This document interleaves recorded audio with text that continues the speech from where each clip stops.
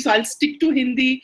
In the end, if there are things which you're not understanding, please ask me, because it's very difficult to be absolutely bilingual. If there's something, do ask me. Please forgive me, dear Mangai, Padma, everyone, but I'm doing this lecture in Hindi.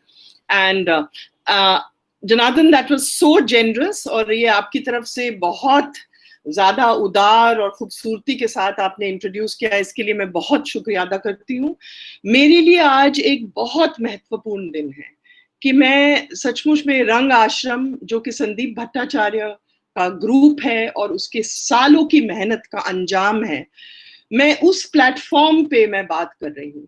Sandeep के साथ almost अब 30 साल का रिश्ता है। वो national school of drama में as a student आए, फिर वापस बंगाल गए और बड़ी मेहनत से, बड़ी शिद्दत से इन्होंने थिएटर की कॉन्शियसनेस के एक ग्रुप बनाया, बहुत कम पैसों में, और एक तरीके की चेतना बनाई। He made a huge theatre consciousness in his area of Berhampur. हम लोगों ने वहां नाटक किया, हमने देखा है कि किस तरीके से दर्शक आता है, किस तरीके से लोग आते हैं नाटक देखने के लिए। तो ऐसे मंच पे ये वाकई आज मेरे लिए बहुत भावुक दिन है। मैं बहुत शुक्रगुजार हूँ कि आज मुझे मौका मिल रहा है, क्योंकि मेरे लिए थिएटर ऑफ कोर्स सब कुछ है जो आप बोल रहे हैं, मगर थिएटर रियली एक कलेक्टिव स्पेस है, प्यार मोहब्बत की स्पेस है, एक ऐसी स्पेस है जिसको सचमुच में इसको तोड़ना बहुत मुश्किल होता है, क्योंकि it's absolutely human space made by humans and it is dependent on humans to actually convey its message.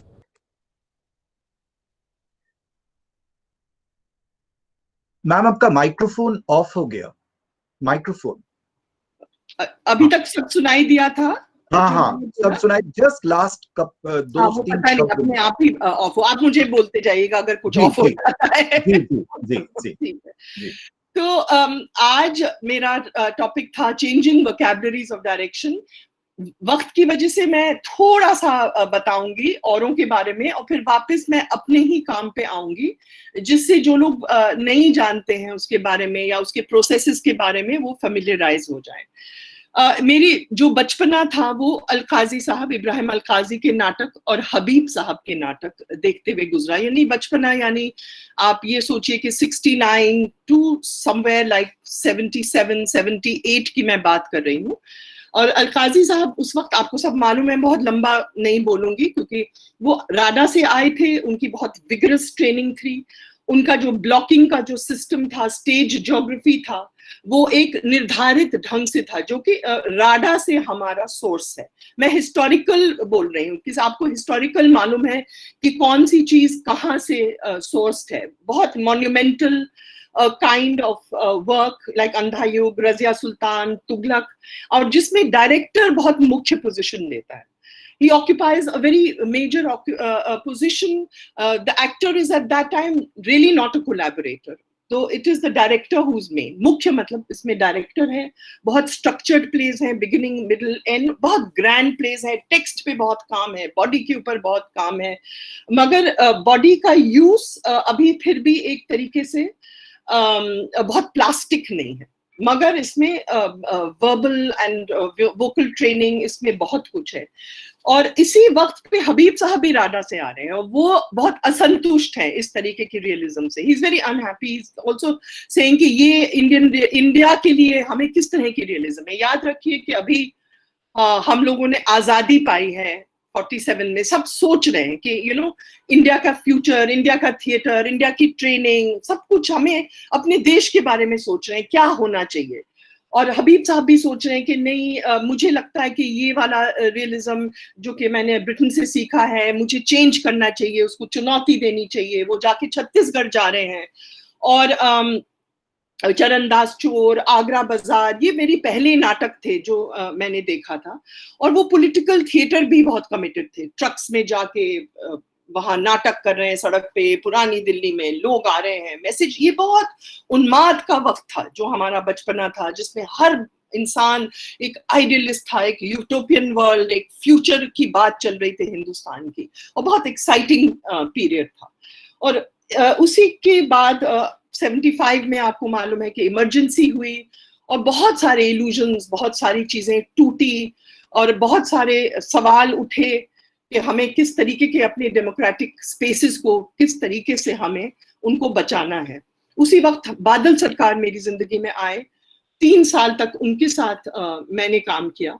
बादल सरकार का कोर ट्रेनिंग, आप तो बहुत सारे लोग बंगाल के हैं, आपको अच्छी तरह से मालूम है, बहुत physical training, no properties, no sets, और आपके बॉडी के ऊपर आपके पॉलिटिकल कमिटमेंट। उस वक्त वो हमें सुंदरबंस के बारे में बोलते थे, उस वक्त भोमा किया था, जुलूस किया था, और हम लोगों ने पहली बार देखा था। बात चल रही है 76, 77 की बात चल रही है, और उन्होंने हमें सिखाया कि तुम एक्चुअली कुछ नहीं हो, तुम्हारा अस्तित्व कलेक्टिव है। और उसी से रिलेटेड हम लोग सब एक्सरसाइजेस भी करते थे। तो हमारा एक पूरा ग्रुप था, कम से कम 15 लोगों का, और हम काम करते थे। फंक्शन किया हमने, भोमा किया, हम कॉलेजेस में लेके जाते थे, और हम लोगों में भी बहुत उन्माद था कि ये फ्यूचर ऑफ थिएटर क्या है, कैसे होना चाहिए। तो ये सब सवाल हमारे जहन में थे, और इसी सवाल के साथ हम लोग नेशनल स्कूल ऑफ ड्रामा में मैं गई। मैंने अभी बहुत रिसेंटली कारन जी के ऊपर 1 घंटे का लेक्चर दिया है, जो कि समांतर और इप्टा के पेज पे है। तो मैं अभी कारन जी के ऊपर लंबा नहीं बोलूंगी, सिर्फ थोड़ा सा कुछ छोटे छोटे मुद्दे, नहीं तो बहुत लंबा लेक्चर हो जाएगा। तो आप उसको देख सकते हैं अगर आप कारन जी के बाद में, और मेरा क्या असर हुआ कारन जी के बारे में। मैं अभी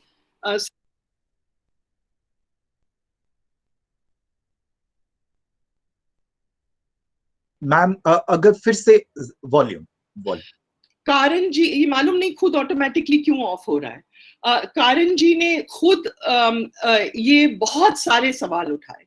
पॉपुलर है कहना कि वो सिर्फ फोक थिएटर करते थे और ट्रेडिशनल थिएटर करते थे, बट वो एक्चुअली एक अर्बन थिएटर की खोज में थे। उसमें से फोक एलिमेंट्स थे, ट्रेडिशनल एलिमेंट्स थे। वो ये था कि वो फोक थिएटर को हूबहू कर रहे हैं, या आप उसको कह नहीं सकते कि किस शैली में वो कर रहे हैं। यू कैन नॉट से which style Karan ji is using, but he is deeply influenced. उनके ऊपर बहुत ज्यादा गहरा असर था ध्वनि का, संगीत का, और उस वक्त का वो हम लोगों को एक्सरसाइज करवाते थे ऋतुओं के ऊपर, लोकल लैंग्वेजेस के ऊपर, ध्वनियों के ऊपर। और वो जो एक तरीके का एक स्टैटिक बॉडी जो पहले प्रयोग हो रहा था, और जो एक तरीके की स्टेज ज्योग्राफी पहले प्रयोग हो रही थी, उसको वो अपने म्यूजिकलिटी से, वो अपने एक्टर को अलग अलग ट्रेनिंग के लिए इंसिस्ट कर रहे थे। यानी थांगटा भी था, और योग तो था ही, पहले से ही योग था, और कल्लरी था। तो वो चाह रहे थे कि बॉडी ऑफ द एक्टर बहुत फ्लेक्सिबल हो, वो अपने रीजन के बॉडी कल्चर को रिफ्लेक्ट करे। आप जहां से भी हैं, आप नॉर्थ ईस्ट हैं तो वहां नॉर्थ ईस्ट के कल्चर को लीजिए अपने बॉडी को डेवलप करने के लिए, उसके रिदम्स को समझने के लिए। और वो फोक एंड ट्रेडिशनल थिएटर को एज कंटेम्पररी थिएटर के लिए समझने के लिए यूज करते थे। उसने एक vast extension programmes, vast programmes है जिसमें हमको जाके स्टडी करना था। उसमें कुडियाट्टम, यक्षगान, थैयम, कृष्ण पारिजात, अलग अलग तरीकों से जाके, जिसमें हम लोग अपने जो लोग हैं, फोक प्रैक्टिशनर्स हैं, उनको सचमुच में हम रिस्पेक्ट करें। हम लोकल लैंग्वेजेस को, रीजनल लैंग्वेजेस को, पोएट्री को, इस चीज को समझ पाए। हम एक दृश्य काव्य को समझें, हम एक रिदम को समझें, स्पेस को हम म्यूजिक से कैसे रंग सकते हैं, और हम चैलेंज कर सकते हैं उस परिभाषा को जो उस वक्त प्रचलित थी, और उसको हम आगे बढ़ा सकते हैं। तो मेरे तरफ से, इनकी तरफ से, ये हमारा बहुत संक्षिप्त में ये मैं कह रही हूँ, ये उनका कंट्रीब्यूशन था हमारी सेंसिबिलिटी पे।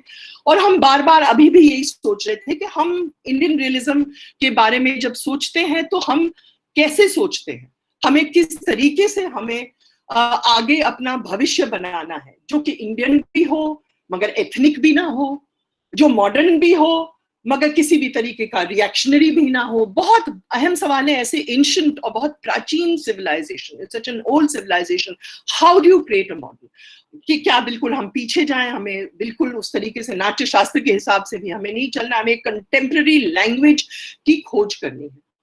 इसके बाद बल्कि कारण जी ने मुझे गीटिस के बारे में बताया। This was the state institute of theatrical arts, जो कि मॉस्को में था, उस वक्त सोवियत यूनियन था। ये बात चल रही है 82 और 88। सोवियत यूनियन उस वक्त अपनी चरम सीमा पे था, क्लाइमैक्स पे था अबाउट थिएटर ट्रेनिंग। उनके पास 40 वर्किंग रेपर्टरी कंपनीज थी। आप समझ सकते हैं, सिर्फ मॉस्को में, पूरे देश की बात नहीं कर रही। इसमें तरह तरह के थिएटर थे। ब्रेश्तियन थिएटर था जो कि बहुत पॉलिटिकल थिएटर था, स्टैनिस्लावस्की तो था, मेयर होल्डियन थिएटर था, वक्तांग फिलोसॉफिकल थिएटर था, हर तरीके के थिएटर से। ये गलत फहमी है कि सोवियत यूनियन में एक तरीके का एकेडमिक स्टैनिस्लावस्की को कहा जाता है, बिल्कुल नहीं। और ये मेथड एक्टिंग भी नहीं थी। मेथड एक्टिंग, इसको अमेरिका ने इसको एक जवाब दे दिया था। इसमें बहुत खोजबीन चल रहे थे, एक मेथड नहीं था। और मैं बहुत अपने को लकी समझती हूँ कि मेरे वक्त जब मैं आई तो स्टैनिस्लावस्की को भी अपनी टांग के ऊपर वो खींच रहे थे और सोच रहे थे कि एकेडमिक स्टैनिस्लावस्की को हम किस तरीके से रीइंटरप्रेट करें। इसमें अनातोली वासिलियव थे, निक्रोशस थे लिथुआनिया के, उसके बाद स्टूरवा थे जॉर्जिया के, कि स्टैनिस्लावस्की जो है ये हम जॉर्जिया के हैं या हम वियतनाम के यहाँ हैं या हम हिंदुस्तान से हैं, तो हम हमारे लिए, हमारे बॉडी के लिए, माइंड के लिए स्टैनिस्लावस्की कितना रेलेवेंट है। और हम अपने टीचर को बहुत परेशान करते थे। उसके बारे में भी मैं डिटेल में नहीं जाऊंगी, वो भी एक पूरा लेसन है 1-2 घंटे का कि वहां की ट्रेनिंग क्या थी, उसका क्या असर था। मगर बहुत डिटेल हम लोग पेंटिंग, म्यूजिक, अपने ऊपर, अपने रीजन के ऊपर, अपने सेल्फ के ऊपर, फर्स्ट ईयर सिर्फ उसमें जाता था। हम लोग टेक्स्ट उठाते नहीं थे, सिर्फ सेकंड ईयर में टेक्स्ट उठाते थे। सेकंड ईयर में वो भी your text, your reason, your language, your self. Third year में जाके आप बाहर का कोई टेक्स्ट उठा सकते थे। और थर्ड ईयर में आपको एक प्रोफेशनल डायरेक्टर जिसको आप पसंद करते हैं उससे अटैच किया जाता था। तो आप उनसे सीख रहे हैं, आप नोट्स ले रहे हैं, आप उनके साथ डिस्कस कर सकते हैं। तो आपकी एक पूरी दुनिया, the whole thing is in the Soviet is your world, your philosophy, आपका आउटलुक क्या है, दृष्टिकोण क्या है, वो ज्यादा जरूरी है, ना कि सिर्फ एक क्राफ्ट सिखाना कि ऐसे करो या वैसे करो। यहाँ हम जो पहले था कि डायरेक्टर सब कुछ है, यहाँ जिस सिस्टम को मैंने पाया, क्योंकि वो भी एक रिफॉर्म्ड सिस्टम था, उसमें एक्टर को आपको जगाना है, जागृत करना है। उसमें एक्टर किसी भी तरीके से पपेट नहीं है आपके हाथ में जिसको आप बताएंगे, वो एक कोलैबोरेटर है। और इतनी क्षमता आपके अंदर होनी चाहिए कि आप उस एक्टर को किस तरीके से जगाएं, किस तरीके से उसकी सबकॉन्शियस माइंड को इग्नाइट करें उसमें, जिससे वो खुद ब खुद अपने डिसीजंस ले और वो खुद ब खुद क्रिएट करे। तो उस वक्त मेरा जो फर्स्ट डिप्लोमा प्रोडक्शन था इत्तेफाक से स्टैनिस्लावस्की, एक तरफ तो गेड्रुसमित्स्काई which was plastic drama reminiscences of Krishna, वो फर्स्ट नाटक था। वो बिल्कुल बॉडी के साथ काम करते थे और मेटाफर के साथ काम करते थे, पोइट्री के साथ करते थे, उसमें टेक्स्ट था ही नहीं। तो ये बड़ा इंटरेस्टिंग था कि आपने टेक्स्ट और विगरस एनालिसिस और वो जो कि एक पूरा कभी और डिस्कशन होगा, मगर वो मेरा फर्स्ट काम था और वो फर्स्ट इंडो सोवियत प्रोडक्शन भी था। और हम इसको इंडिया में लाए as a first Indo Soviet collaboration. तो वो भी मेरा बहुत, आई थिंक बहुत असर था ऐसे प्ले का, क्योंकि उन्होंने सिखाया कि कैसे आप जब बॉडी के साथ काम करते हैं तो आपके लिए मिज़ ऑन सेन बहुत जरूरी होता है, ना कि नॉर्मल ब्लॉकिंग, जियोग्राफिकल ब्लॉकिंग जो हम लोग जिसको सीख के आए थे, जिस स्कूल से हम लोग आए थे। तो मैं जब वापस आई हूं तो मुझे लगता है कि जो शुरुआत थी वो मूवमेंट, मेटाफर, पोएट्री और इम्प्रोवाइजेशन का इस्तेमाल, मगर थोड़ा सा अलग इस्तेमाल उस वक्त के, जिसको मैं अभी इलस्ट्रेट और एलैबोरेट करूंगी। और इसमें जो चीज मैं कैरी कर रही थी कारण जी से भी, बादल दा से भी, इनसे भी, कि जबरदस्त काम पेंटिंग्स के ऊपर, कॉम्पोजिशन के ऊपर, म्यूजिक के ऊपर, कारंजी का फोक से, ये नहीं कि आपने फोक एलिमेंट जाके करके आप खुश हो गए, आपको कहीं भी you can't be, you have to be restless and you have to question. तो फोक थिएटर का जो रप्चरिंग है, तोड़ मरोड़ है, क्वेश्चनिंग है, जो कि सचमुच में फोक थिएटर बहुत इरेवरेंट है, फोक स्टोरीज बहुत इरेवरेंट है। अगर आप उसमें पढ़िए तो उसकी जो इरेवरेंस है उसको एक कंटेम्प्रेरी थिएटर में लाइए, उसकी जो क्वेश्चनिंग है उसको आप कंटेम्प्रेरी थिएटर में किस तरीके से यूज कर सकते हैं। तो मेरा जो पहला काम हिंदुस्तान में था वो था VIY, और वो एक रिश्ता था, गोगोल की कहानी थी, जो कि मैजिकल रियलिज्म के अंदर यकीन था गोगोल को। तो उसमें ये था कि चर्च का और एक महिला का, एक औरत का क्या रिश्ता होता है। उसमें एक सेमिनरिस्ट है खुमा ब्रूथ, जो कि जा रहे हैं वापस घर, वो अभी सेमिनरी से अपनी थियोलॉजी सीख के आते हैं और एक छोटी सी कुटिया में रहने की कोशिश करते हैं, जो कि एक बूढ़ी औरत रहती है वहां, और उसको वो दरवाजा खोलती है और वो रात को ट्रांसफॉर्म हो जाती है और उसको वो एक लंबी यात्रा पे ले जाती है, जिसमें वो नेचर के बारे में और उसको एक पूरी अलग लैंडस्केप, एक पूरी अलग दुनिया दिखाती है। ये मेरे लिए बहुत इसमें बहुत प्रिविलेज है कि माया राव जैसी बहुत कमाल की एक्टर वो भी अपनी जर्नी शुरुआत कर रही थी। इसमें रविंद्र साहू थे, इसमें प्रतिभा जेना जो कि ये छाव से थी, छाव की ट्रेडिशन से थी। इसमें जो आर्किटेक्ट थे रोनेश रे और शुमंत्र सेन गुप्ता, इन्होंने पेंटिंग आर्किटेक्चर से पूरा स्पेस क्रिएट किया। आई थिंक मैं आपको ये जो फोटोग्राफ्स हैं वो थोड़ी देर में दिखाती हूँ, जब मैं लेक्चर बंद कर दूं, बीच बीच में फिर डिस्ट्रैक्ट हो जाएगा। तो ये जो गोगोल की जो कहानी थी, इसमें बहुत इंटरेस्टिंग एक्सपेरिमेंट था, जो कि माया राव के होने की वजह से शायद हम कर पाए। इसमें ये था कि ये परसेप्शन ऑफ द वुमन, क्या आप औरत को परसीव कैसे करते हैं।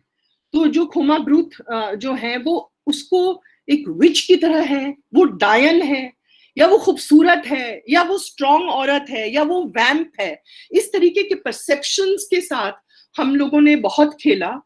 और ये जो जर्नी थी जिसमें विच ले जाती है, क्योंकि माया राव का अपना कथकली का बैकग्राउंड था, हम लोग उसको विद बहुत रियलिस्टिक होते हुए, जो कि रविंद्र साहू का एक बहुत साइकोलॉजिकल एक्टिंग थी, मगर माया उसको एक स्टेट ऑफ माइंड, एक नेचर, सिर्फ स्टैटिक होके आप कैसी इस लंबी जर्नी में आप चले जाते हैं, आप अपने स्टेट ऑफ माइंड, आपकी क्या मुश्किलें हो रही हैं आप कैलाश पर्वत को उठाते हुए, तो ये आप इसको किस तरीके से अपने आप को एक्सप्रेस करते हैं। तो यहाँ से हमारा ऑलरेडी हम लोग शुरुआत कर रहे हैं अपनी समझ रियलिज्म की, जिसमें हम स्टेट्स ऑफ माइंड जो कि कथकली से भी ले सकते हैं, हम नेचर जो कि हम जैसे प्रतिभा जेना जैसे छाव के आर्टिस्ट हैं, और हम एक बहुत साइकोलॉजिकल एक्टिंग का भी प्रयोग कर रहे हैं। और इसमें हम लोग आज मैं सोचती हूँ कि वी का रेलेवेंस और भी ज्यादा है, जब औरतों को एक तरह से विक्टिमाइज किया जा रहा है, उनके ऊपर एक कंस्ट्रक्शन किया जा रहा है कि ये विच है, ये डायन है, इसका व्यवहार खराब है। तो उसमें एक पूरे सीन्स हैं जिसमें आपको ये समझ में नहीं आ रहा है कि ये सचमुच में है कौन, ये किसने कंस्ट्रक्शन किया। तो ये हम लोगों का पहला नाटक था। मैं इसकी फोटोग्राफ्स आपको अंत में दिखा के उसको वापस करूंगी, जिसमें मैं लगातार बात कर पाऊं। सेकंड हमने जो काम किया था वो डाकघर का। मैं अभी भी फिर भी कहानी ले रही हूं, और मगर उसके अंदर ही मैं री इंटरप्रेट कर रही हूँ। डाकघर में भी हमने अमोल को छोटे बच्चे से एक बड़े ग्रोन अप मैच्योर एडल्ट को यूज किया, और उसमें मैंने जो पाया कि Tagore was not a psychological subtext, वो एक फिलोसॉफिकल सबटेक्स्ट था। यानी जो शब्दों के पीछे कुछ साइकोलॉजिकल मूवमेंट्स नहीं थे, मनोवैज्ञानिक मूवमेंट्स नहीं थे, वो फिलोसॉफिकल थे। वक्त क्या है, मौत क्या है, वक्त कैसे घूमता है, मैं कौन हूं, जिंदगी क्या है, मौत क्या है। जो उस वक्त के बच्चे कह रहे थे कि ये मैम ये क्या है, ये फिलोसॉफिकल से, ये this is also the language of our people. आप किसी भी कभी गांव में किसी से बात करिए, उनकी जबान हमेशा मेटाफर्स, हमेशा लोक उक्तियों के साथ, हमेशा एक हल्का सा फिलोसॉफिकल भाषा है। ये नॉर्थ ईस्ट में भी है, साउथ में भी है, नॉर्थ में है।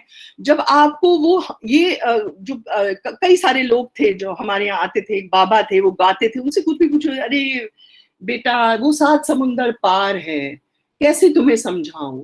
उनकी जबान में एक फिलोसॉफिकल सबटेक्स्ट था, एंड आई थिंक कि Tagore we explored that philosophical subtext. हमने अमोल की जो दुनिया थी, जो फिलोसॉफिकल वर्ल्ड थी, हमने उसको प्रोलॉन्ग किया थ्रू द बाउल्स। कि बाउल जो है वो एक्सटेंशन है, उसकी जो अमोल की जो लालसा है, वो एक्सटेंड होता है, to move, to find, to seek. वो बाउल के जरिए, उनके गानों के जरिए, उनका एक खोज, एक अल्टीमेट ट्रूथ का एक खोज, जो कि शायद मैं सोचती हूँ कि टैगोर कोशिश कर रहे हैं। हमने उसको एक एलिगोरिकल ढंग से, विजुअल पोएट्री यूज करते हुए हमने उसको बयान किया। ऑफ कोर्स कुछ लोगों को लगा कि ये क्या छेड़खानी कर दी है, मगर आई थिंक ये काफी अच्छा, हम लोग 17 शोज करे, कलकत्ते भी आए इस शो के साथ, और काफी लोगों को ये इंटरेस्टिंग लगा इस तरीके का इंटरवेंशन। इसके बाद ये हम लोगों ने ड्रीम ऑफ रीजन किया, उसमें भी अर्जुन रैना, माया राव, बहरुल इस्लाम, अब्दुल लतीफ, बहुत सारे एमेच्योर लोग। इसमें बहुत जरूरी जो था कि हम एक आर्टिस्ट और स्टेट मशीनरी, कि स्टेट मशीनरी एक आर्टिस्ट को क्या कर देती है। आखिरी वक्त ये जो है, ये जो आर्टिस्ट है, जो गोया है, वो बिल्कुल पगला जाते हैं, और उसमें उसकी इस वक्त में वो बिल्कुल सब कुछ काला देखते हैं। उसके रात रात को नॉक्स आते हैं, बिल्कुल आज के वक्त के जैसे नॉक्स आते हैं, लोग उसको ले जाते हैं, उसको उसके वायलेंस से सब्जेक्ट करते हैं। और ये इस बारे में हम लोगों ने नाटक किया। इसके प्रोसेस के बारे में मैं लंबा नहीं बोल रही हूँ, क्योंकि बहुत काम है, जो जिनके बारे में मुझे लगता है कि जहाँ पे मैं धीरे धीरे पहुंचने लगी, उन्हीं कामों के बारे में मैं बात कर रही हूँ। तो अब धीरे धीरे ये मैं कह रही हूँ कि 88 में मैं आई, और धीरे धीरे अब बात चल रही है ऑलमोस्ट ये 91 की बात चल रही है। तो क्या चेंज हो रहा है वोकैबुलरी में? चेंज हो रहा है कि अब मिज़ॉन सेन रिप्लेस कर रहा है। मेरे काम की मैं बात कर रही हूँ। मिज़ॉन सेन का मतलब, लोग तो कहते हैं कि फिजिकली आप क्या प्लेस करते हैं सीन में, बट ये वो चीज नहीं है। मिज़ॉन सेन है कि psychological, philosophical placing of actor in space, कि आप एक्टर को इस तरीके से सर्कमस्टेंसेस और या कंडीशंस में डालें कि वो खुद स्पेस को ऐसे ऑक्यूपाई करे कि वो स्पेस उसके माइंड से, सबकॉन्शियस माइंड से जाग उठता है। You paint the space through the psychological subconscious processes of the actor. तो एक ये चीज थी शायद जो मैंने कोशिश करी अपने काम में, और जो कि अब बदलने लगी उस टाइप की ब्लॉकिंग को जो वहां था। उसके बाद मल्टीपल जॉनर्स को लाना। वी में भी हम रियलिज्म भी यूज कर रहे हैं, साइकोलॉजिकल रियलिज्म यूज कर रहे हैं, हम छाओ यूज कर रहे हैं, हम कथकली यूज कर रहे हैं, मगर उसको बिल्कुल हूबहू कहीं भी नहीं, क्योंकि हमारे पास एक बहुत मैच्योर एक्टर्स हैं, इंटेलिजेंट एक्टर्स हैं। हम उसको इंटरप्रेट कर रहे हैं, मगर हम उसको साथ में ला रहे हैं, जिसकी वजह से शायद बहुत सारी लोगों को दुविधा भी थी कि ये हो भी सकता है, जानर को कैसे कोलैप्स कर सकते हो, और बहुत सारा ऑपोजिशन भी रहा, और बहुत सारे लोगों ने सराहा भी इस चीज को। उसके बाद ये मेरे लिए अब धीरे धीरे मेरा जो रिहर्सल प्रोसेस हो गया, वो सिर्फ नाटक ही ट्रांसफॉर्मेशनल स्पेस नहीं है, but rehearsal is a space for transformation. So it is a dynamic space, self-transformation. यानी कि अगर हम एक चीज को ले रहे हैं, एक थीम को ले रहे हैं, हम खुद क्या बदल रहे हैं, कि हम सिर्फ लोगों को जाके बताएंगे, हमारे अंदर क्या बदलाव आ रहा है। क्योंकि थिएटर ही एक स्पेस है where you can get into the skin of other people. आप दूसरों की रूह में, दूसरों की खाल में आप घुस सकते हैं। आप एक वक्त में तमाम, आप भिखारी भी हो सकते हैं, आप एक दलित भी हो सकते हैं, आप एक राजा भी हो सकते हैं। आप कैसे घुस सकते हैं आप, मगर आपके अंदर, आपके शरीर में कितना खालीपन है, आपके जहन में खालीपन है। How do you accept to get into the skins of all the people? How much respect do have? ये सिर्फ थिएटर है, और सिर्फ थिएटर इस चीज को सिखाता है। और मुझे ये भी समझ में आया कि ये सबसे ज्यादा डेमोक्रेटिक और कलेक्टिव स्पेस है, जहां लोग साथ होते हैं। और ये इसीलिए डेंजरस स्पेस भी है। हमेशा आप देखते हैं कि आज के जमाने में भी थिएटर आर्टिस्ट जो हैं, हमेशा लोगों को घबराहट होती है, क्योंकि हम बहुत जल्दी एक दूसरे से कम्युनिकेट कर सकते हैं, हमें बहुत जल्दी बड़ा सेटअप की जरूरत नहीं है, हमें मार्केट की जरूरत नहीं है। इसेंशियली मैं बात कर रही हूँ इसेंशियल सोर्स को।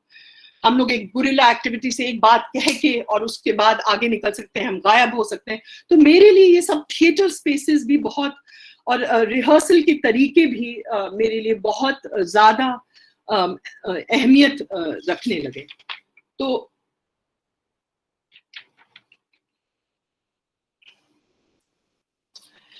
इसी वक्त जो काम मैं मुझे लगता है कि जो कि बहुत अहमियत रखता है, वो था अंतरयात्रा। अंतरयात्रा जो था, it was based on the Tamil epic Silappatikaram, and it was designed by Archana Shastri, जो कि बड़ौदा स्कूल ऑफ आर्ट की थी। और वो मैं आपको बाद में तस्वीरें दिखाऊंगी कि वो जो स्पेस था वो ओपन एयर स्पेस था, मगर वो एक लेंस की तरह से बना था। वो लेंस की तरह से धीरे धीरे उठता है, और आपकी जो विजन है वो 25 फुट बियॉन्ड पे जाते हैं। तो आप अंदर भी एक स्पेस में काम चल रहा है, एक्टर्स का स्पेस है, और बहुत दूर 25-30 फुट दूर पे भी वहां आप दर्शक का जो विजन है वो वहां भी जा रहा है। इसमें जो हाउस होल्डर है, जो कन्नगी है, और उसकी क्या यात्रा है, उसका क्या बिट्रेयल है, और जो कोर्टिजन है जिसके पास उसका शौहर है, उसका पति है, वो जाता है, उसका किस तरीके का रिएक्शन है। और ये दो औरतों की जो जिंदगी है उसकी एक्सटेंशंस हमने असेटिक्स के थ्रू करे।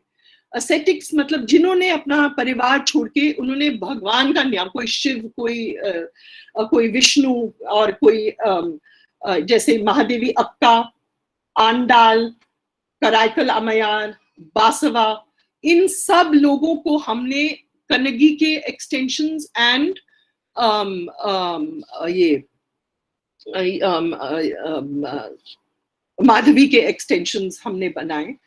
इसमें पूरी तरह से हम लोगों ने मॉडर्न टेक्स्ट, सिमोन दी बुवॉर का सेकंड सेक्स भी यूज किया, तमिल एपिक का टेक्स्ट भी यूज किया, और हमने जो है आंडाल और इन सब के जो टेक्स्ट यूज करे, और संगम पोएट्स के टेक्स्ट भी यूज करे। सो it was like a layering of many kinds of texts, जो कि ऑलरेडी मैं बात कर रही हूँ 93 में ऑलरेडी हो चुका था, जो कि बहुत लोग कह रहे हैं पोस्ट मॉडर्न, मगर ये 93 में ऑलरेडी हम लोग कर रहे थे काम में। तमिल का प्रयोग, कन्नड़ा का प्रयोग, हिंदी का प्रयोग था, म्यूजिक में भी we had T V Gopal Krishna, so we again the influence of Hindustani music, Karnataka music, folk music, all this was already used. हमने यहाँ ब्लॉकिंग को बिल्कुल, अब यहाँ सब कुछ चेंज हो जाता है।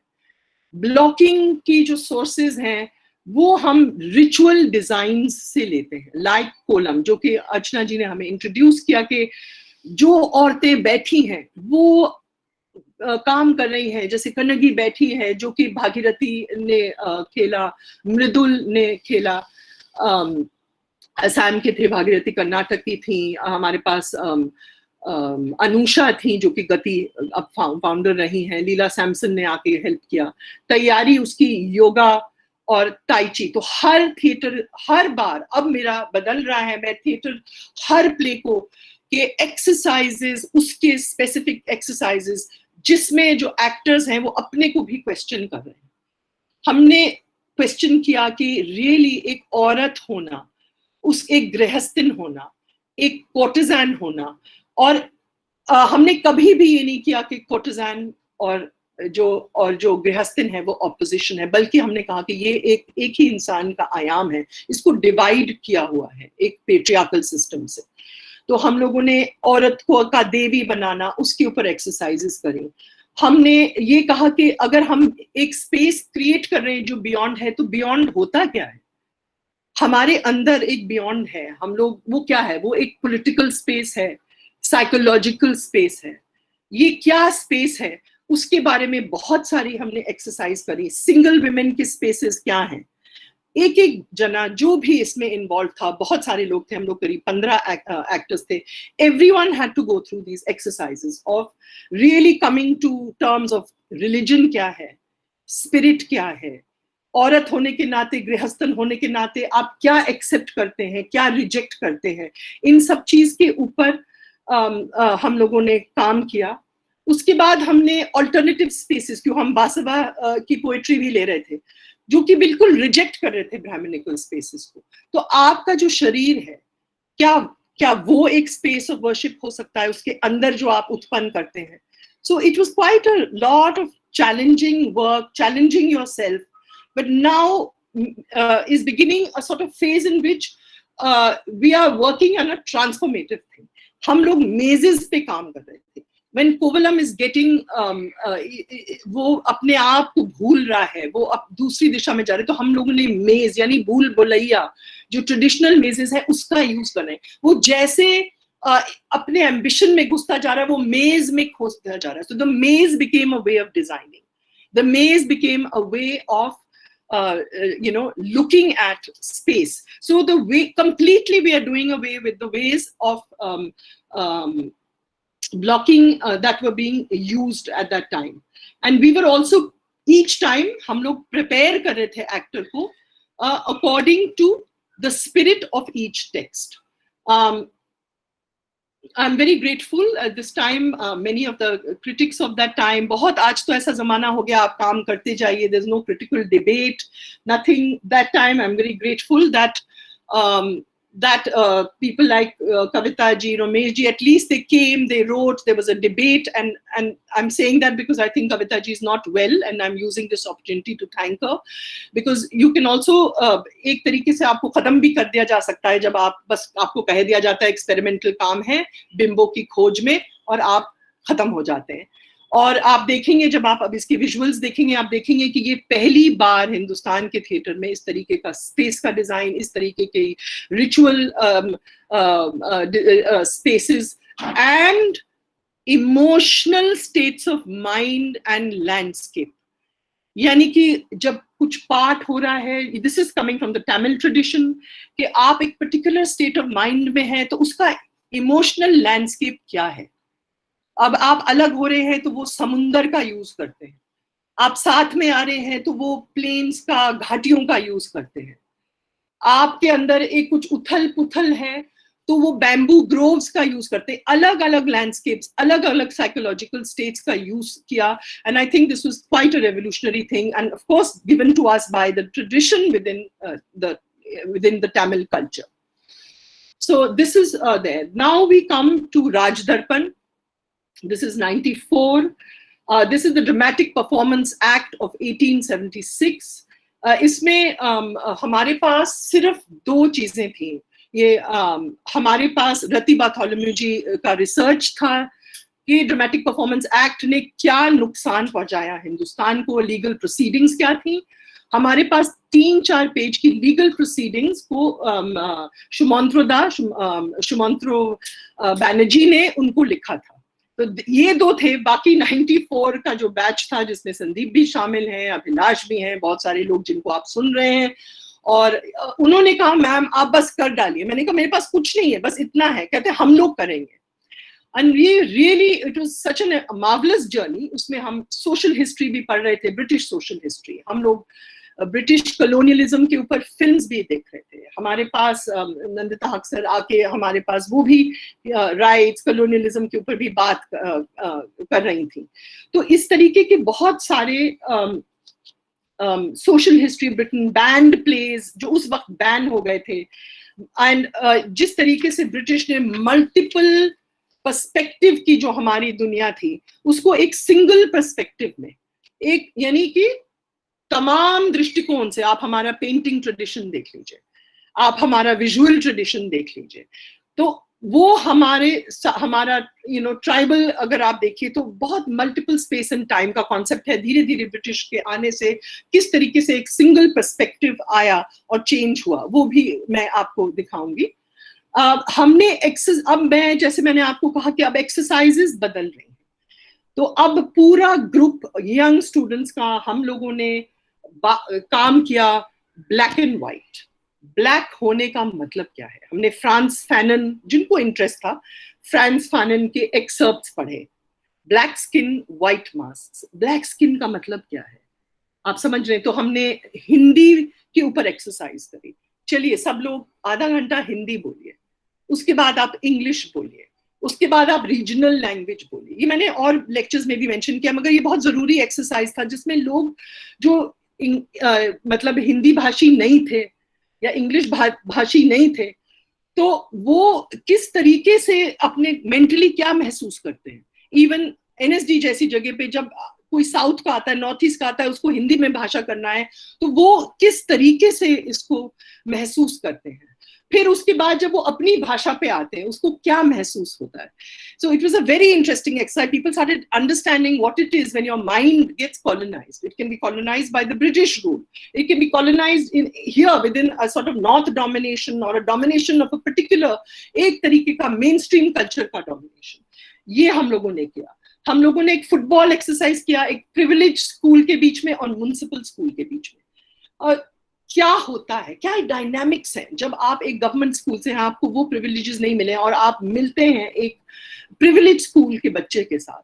वो भी इसमें कॉलोनियलिज्म का क्या असर है, इसमें लैंग्वेज का क्या असर है, सब गेम्स के थ्रू हमने बहुत डिबेट्स करे। अभी भी सब हमारे बहुत सारे स्टूडेंट्स के, आप जब बड़े हो जाएंगे तो आप क्या डिसीजंस लेंगे।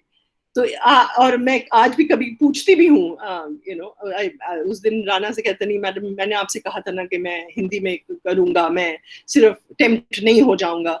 तो उसने कहा कि उसने अभी भी होम स्कूलिंग करी है। किसी ने कुछ डिसीजन लिया, मतलब अभी मैं एक फिल्म देख रही थी जो कह रही थी कि अगर 1% भी चेंज आया आपकी कॉन्शियसनेस में, तो ये वो 1% of change in your consciousness through a dynamic political social rehearsal process. उसके बाद हम लोगों ने जो पूरी लीगल प्रोसीडिंग्स थी वो हमारे सुमंत्र बनर्जी ने लिखी हुई थी, तो उसमें भी हमने कटघरों का यूज किया था। मतलब जो कटघरे हैं, I don't know the English for कटघरा वो रेगुलर गेम्स के थ्रू हमने एस्टैब्लिश किया। Othello, chess, so all the time we are playing games and the whole thing is completely in movement. मतलब we have not actually fixed anything, any blocking. हमने इस वक्त ads का use किया, उसमें भी माया जी ने आके हम लोगों को हेल्प किया था। एड्स का हमने इसमें ये भी हमने देखा कि कैसे हम ब्लैक एंड व्हाइट यूज किया जाता है। You find this film actress in a white kurta against the background of dark skinned fisherman. क्या लगता है हमको? हमने माइकल जैक्सन की फिल्म भी देखी। Do you understand? So it's a process in which there's a lot of thinking. हम ads भी देख रहे हैं, हम films भी देख रहे हैं, हम लोगों के lectures भी सुन रहे हैं, और इसके साथ साथ improvisation। उसके बाद एक fence का improvisation है जिसमें जो लोग fence को defend करते हैं, यानी जो the people who defend power and establishment and the people who challenge power, जो उस power को उसको चुनौती देते हैं, उसको उस पावर को कहते हैं कि देखते हैं आपने हमें डिवाइड किया, हमारे पास भी तरीके हैं आपको अपोज करने के लिए। तो वो भी था एक तरीके की, एक स्टूडेंट्स के अंदर भी एक क्रांति होना, एक होना कि हम कैसे डिफाइन करेंगे। एंड तो ये चीज उनके साथ थी। और ऑलरेडी इसमें भी अलग अलग जॉनर्स, अलग अलग तरीके से हम लोगों ने लगातार काम किया। कुछ लोगों ने कहा ये तो थिएटर ही नहीं है, कुछ ऐसे है, ये क्या है। So I am just trying to say that it was not easy. आज बहुत सारे हमारे यंगर जनरेशन बहुत कमाल का काम कर रहे हैं, बट याद रखिएगा कि ये जो पीरियड था, हमारे कभी कभी एक्टर्स को, स्पेशली वी, और शुरुआत में उनको बाहर ले जाया जाता था मंडी हाउस में, थ्रेटन करते थे कि तुम क्यों काम कर रहे हो, ये थिएटर जानती ही नहीं है, थिएटर है ही नहीं जो ये कर रही है, ये कैसा है, ये तो ये बहुत सारा ऑपोजिशन भी था, मगर बहुत सारे लोगों ने, and I am very grateful, they were supportive, a lot of young people, and then I mean the whole 94 batch came around me, rallied, and very grateful that उस वक्त कीर्ति जैन ने भी हमको बहुत encourage किया, और हम लोग एक काफी radical play कर पाए, और एक बहुत जरूरी play जिसमें किस तरीके से हमारी एक कॉलोनियल कल्चर ने हमारे फोक कल्चर को, हमारे ट्रेडिशंस को किस तरीके से डिस्ट्रॉय किया, तो एक एक हमने बहिष्कृत जो टेक्स्ट थे उनको भी दिया। नेक्स्ट मैं आ रही हूँ हुरिया पे। हुरिया जो कि बहुत, क्योंकि उसका सब कुछ गायब हो गया, ना रिकॉर्डिंग बची है, शायद किसी के पास एक अभी सुना है, मगर मेरे लिए ये actually very very important play था। और कमाल की बात ये कि हम लोग ने नॉर्थ टू साउथ और वेस्ट टू ईस्ट इस प्ले को ले गए। थैंक हम लोगों को थोड़ा सा एनजेडसीसी का कुछ मिला, कुछ हमारे दोस्तों ने हमें हेल्प किया, और हम तमाम जगहों पे ले गए। इसमें खासियत थी जो मुझे लगता है मेरा बहुत एक स्टाइल को ब्रेक करना था, बिल्कुल ब्रोकन, जो इमेजेस भी बिल्कुल पैराडॉक्सिकल इमेजेस थे, उसमें स्ट्रक्चर बिल्कुल लीनियर नहीं था, राजदर्पण भी नहीं था, मगर इसमें बिल्कुल ही तोड़ दिया था, और इसमें मल्टीपल कैरेक्टर्स थे, और इसमें बहुत फ्रेगमेंटेशन था, बहुत सारे जॉनर्स का प्रयोग था, ये ग्लोबलाइजेशन के खिलाफ था, और मल्टीनेशनल कंपनीज का घुसना। इसमें भी हमारे पास कमल चिनॉय, बहुत सारे लोगों ने आके हमें लेक्चर दिया कि ग्लोबलाइजेशन का असर क्या होता है। हमने इसमें जो यूज किया, जब मैं कह रही हूँ मल्टीप्लिसिटी ऑफ इमेजेस, हमने यूज किया कि पूरी हरियाली है और हरे हरे घास है, उसमें ब्रिटिश बहुत प्लेफुल एक्टिंग के थ्रू वो पूरी उनकी डिवाइड एंड रूल पॉलिसी, और इसमें जो इंडिया है वो मृदंग प्लेयर है जो कि अलग अलग ताल के साथ उसके साथ एक सवाल जवाब कर रहे हैं, और तो हमने बिल्कुल सिंबॉलिकली उसको काम किया। उसके बाद चीजें हैं, ऑब्जेक्ट्स हैं, और उसमें रितु पीटरसन थी, वो भी 94 बैच की थी, उसमें उन काम थी, रत्ना थी, और बहुत सारे और भी एक्टर्स थे। तो उसमें भी वो ऑब्जेक्ट्स को जैसे छूते तो हमारे एक देश की हिस्ट्री पता लगती थी। उसके बाद टेलीकम्युनिकेशन के बीच में टेलीकॉम कंपनीज समझौते कर रहे हैं। उस टाइम इंडिया बस खुल रहा था और ये सब कंपनीज आ रही थी, तो एक पेंटिंग थी ऑफ अ न्यूड वुमन, और उसके ऊपर जैसे कंपनीज बात कर रही हैं, एक छोटा सा स्पाइडर उसके ऊपर जा रहा है और उसके पूरे बॉडी के ऊपर, so it's like like the entire country is also being raped, it's also being fragmented, and so we had used sort of a kind of different images like this, and we used military strategy. We asked people from who we knew from the army actually to come and say, tell us how you are told to attack, tell us how this marketing culture is actually brought forward, कैसे आप अपनी चीज को क्योंकि advertising market warfare को use करता है, ये हमें पता लगा। तो हम जब एडवर्टाइजिंग के बारे में कर रहे हैं, कंज्यूमरिज्म के बारे में कर रहे हैं, तो किस तरीके की लैंग्वेज यूज करें, किस तरीके की ब्लॉकिंग यूज करें, और किस तरीके की एक्टर की प्रिपरेशन, इसमें आयरोबिक्स का यूज होना चाहिए। इसमें हरीश भी थे, हरीश खन्ना, और बहुत सारे लोग थे, मैं सब एक्टर्स का नाम अभी नहीं ले पा रही। और तो ये बहुत स्टाइलाइज्ड, ये बहुत प्लेफुल ढंग से एक्टर्स प्रिपेयर थे, और मेरे लिए एक्टर का प्रिपरेशन बहुत जरूरी था, क्योंकि सोवियत यूनियन में, और कारंजी का भी ये बिलीफ था कि you can not be a director if you don't know how to move your body, if you can't act, if you don't understand nuances of acting. तो इस तरीके की चीजों से हम लोगों ने यूज किया। अगेन पूरी टीम को बहुत सारी चीजें, अपनी ऑटोबायोग्राफी, किस तरीके से वो अपने आप को महसूस करते हैं कि उनकी क्या स्टैंड पॉइंट्स हैं ग्लोबलाइजेशन के ऊपर, सबको शेयर करना पड़ा और सबको बताना पड़ा कि वो क्या सोचते हैं। इसके बाद एक छोटा सा नाटक था जिसके बारे में बहुत कम लोग जानते हैं, वो है गांव से शहर तक। वो मैं इसलिए मेंशन कर रही हूँ क्योंकि ये स्टील वर्कर्स के साथ हमने काम किया था, अनऑर्गेनाइज सेक्टर। उसमें हम लोगों ने वर्कर्स का क्या हक है, उनका क्या न्यूनतम वेतन है, और हम लोगों ने कहा कि अब हम स्ट्रीट थिएटर में हम कोई स्लोगनियरिंग यूज नहीं करेंगे, हम क्रिएटिव प्रॉप्स यूज करेंगे। हमने कंस्ट्रक्टिविस्ट एक बैकक्लॉथ यूज किया था, जो कि हम जगह जगह जाके उसको बस खोल देते थे। हमने फोक सॉन्ग्स यूज करे थे।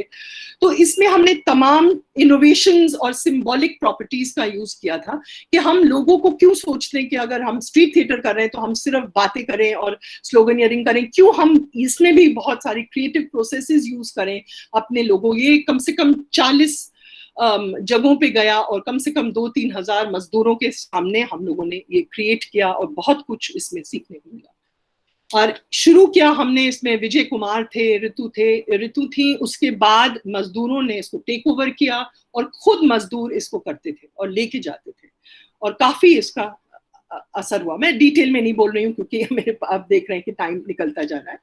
अब मैं बात करूंगी उचक्का के बारे में। उचक्का जो है, हमने लक्ष्मण गायकवाड़ ने अपनी पहली जो ऑटोबायोग्राफी, क्योंकि वो एक ऐसे परिवार के थे जिसमें ब्रिटिश रूल की वजह से उनका पूरा रोजगारी टूट गई थी। They were from artisan class and everything was, the basket weaving, everything was broken. So जो उचक्का में लक्ष्मण जी ने हमें बहुत कुछ बताया। हम फैक्ट्रीज में भेजा, वारकरी संगीत स्टडी करने के लिए भेजा कि वारकरी जो संगीत है उसको किस तरीके से हमें स्टडी करनी चाहिए, समझने के लिए कि जो ये जो कम्युनिटीज थी वो अपने आप को कीर्तन के थ्रू कैसे एक्सप्रेस कर सकते थे, वो किस तरीके से जूझते थे। उन्होंने फिर हम लोगों को अपने पिक पॉकेट्स को बुलाया, उनसे मुलाकात करी कि पिक पॉकेट्स जो हैं वो किस तरीके की जिंदगी जी रहे हैं, वो कैसे पिक पॉकेटिंग करते हैं। तो उसमें उन्होंने अपने सब किट्स दिखाए कि हम जब किट लेके हम कैसे पहुंचते हैं। हम इस किट्स के साथ कभी हम साधु बन जाते हैं, तो कभी हम दाढ़ी मूंछ लगा के कोई राहगीर बन जाते हैं, हम ब्लेड से कैसे कट करते हैं, तो हम हाथ से हमारी क्या सफाई है।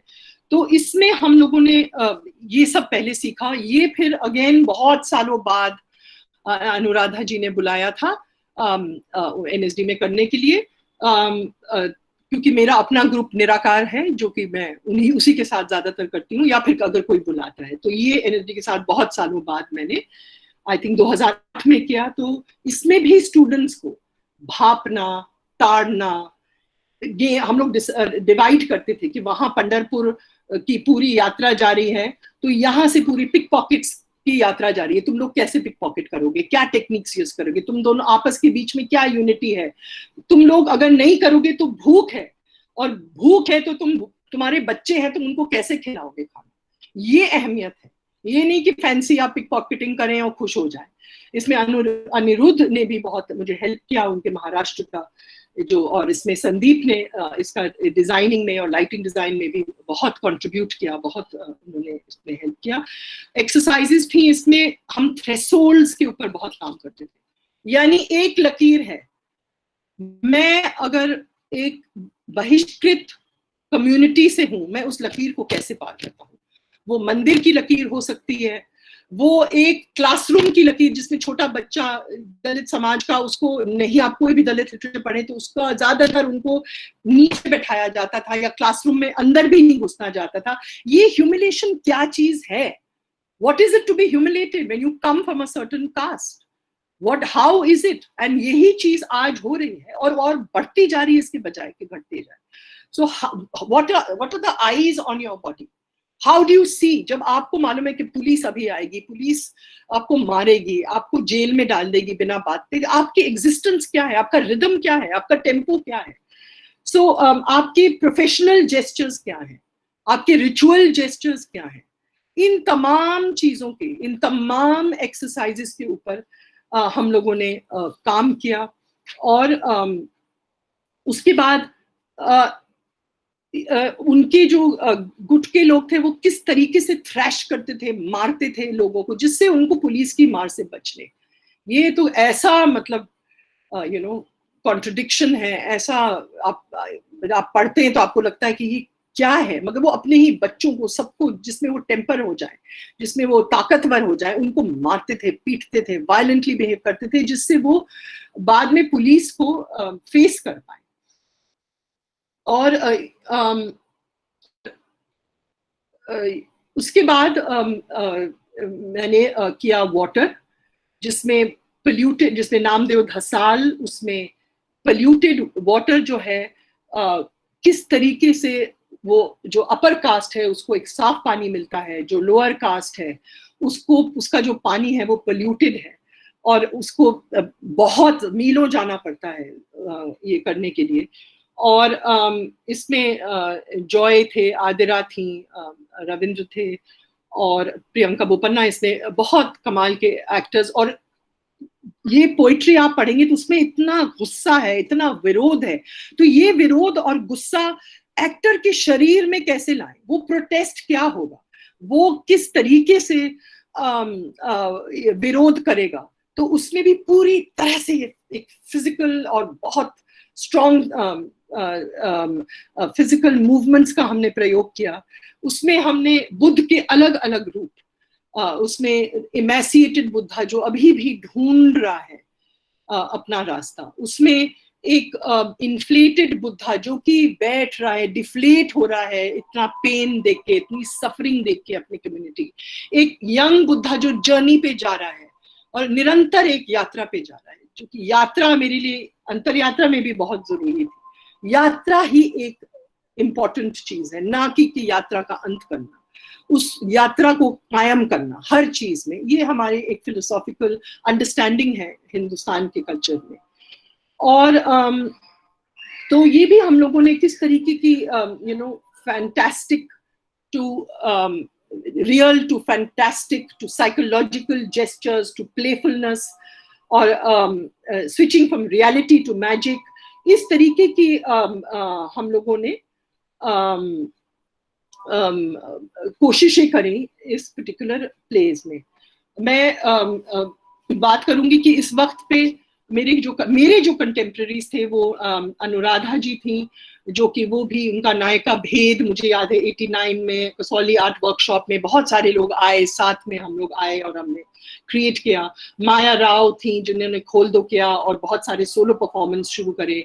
रघुनंदन, सी आर जम्बे, अक्षरा, बासवा, ये मेरे उस वक्त के कंटेम्प्रेरीज थे। एक चीज मैं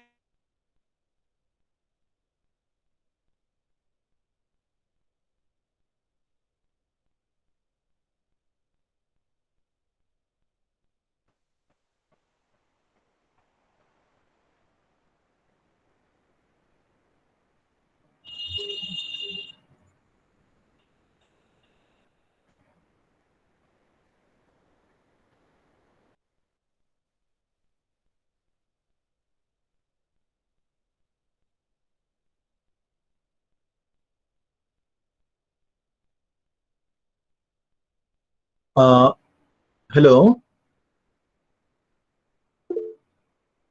I think there is some problem with the network. Please bear with us.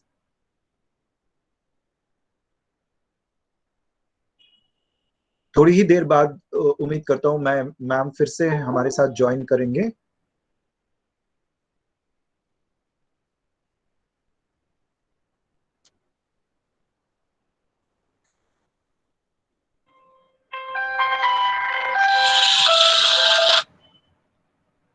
हाँ की हेलो।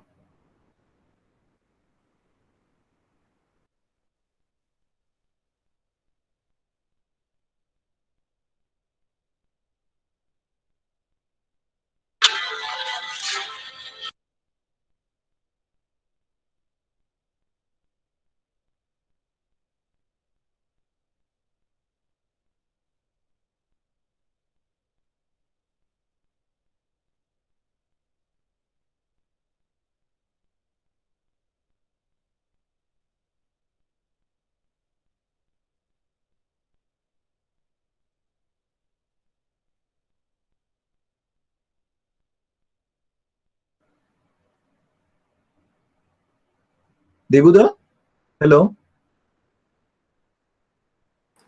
হ্যালো, বলো। হ্যাঁ হ্যাঁ বলো, বলছি ম্যামকে কি একটা ফোন করবো? just call her back. Yeah, sure.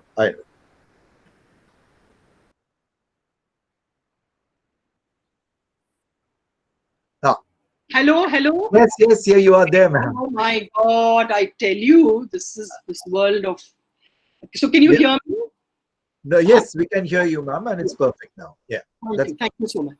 So I was telling you the contemporary directors of my time. So I was saying Kanhai Lal, Safdar, Rudra Prasad Sen Gupta, and Prasanna, Ankurji, B.M. Shahji, M.K. Raina, Bansi Kaul, Mr. Bajaj, Amal Alana, Ranjit Kapoor, Bhanu Bharti, Mohan Maharshi, and Kirti Jain and Jayashree. These were the people who were at the time when we were at the National School of Drama.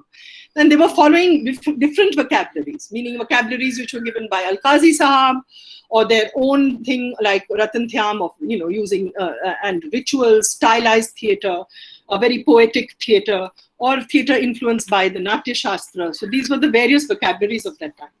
And I was telling you that my own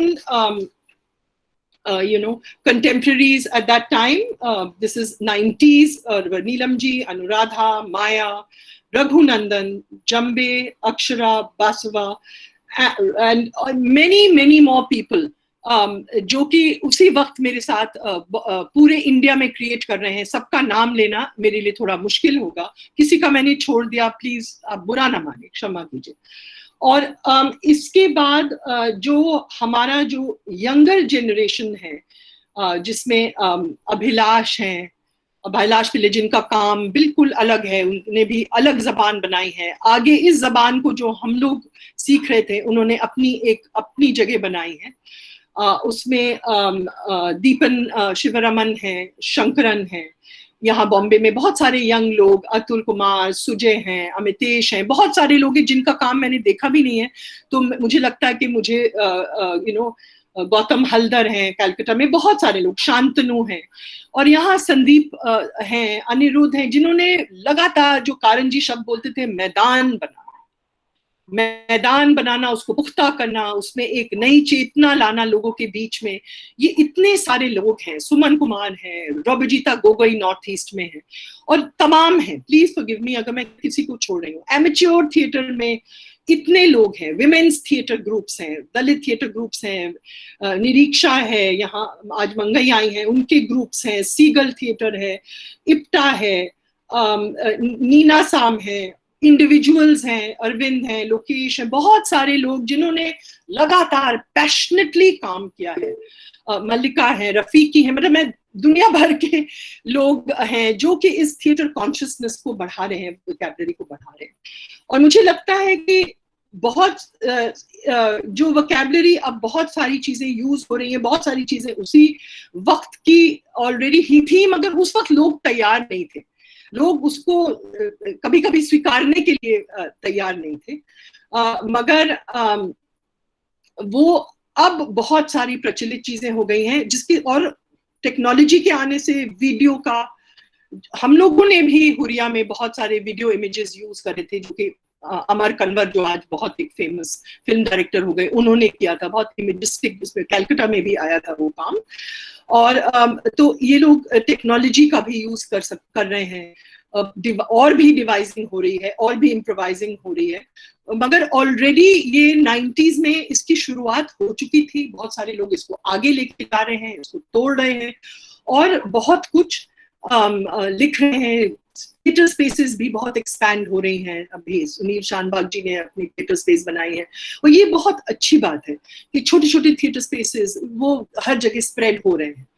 तो ये एक बहुत सारे movements हैं theatre में, और भी बढ़ रहे हैं, और बहुत सारी और चीजें हैं जो कि लोग ग्राउंड ब्रेकिंग हैं, जो कि मैं देख नहीं पा रही हूँ, तो इसलिए उनके ऊपर मैं बात नहीं कर पा रही हूँ.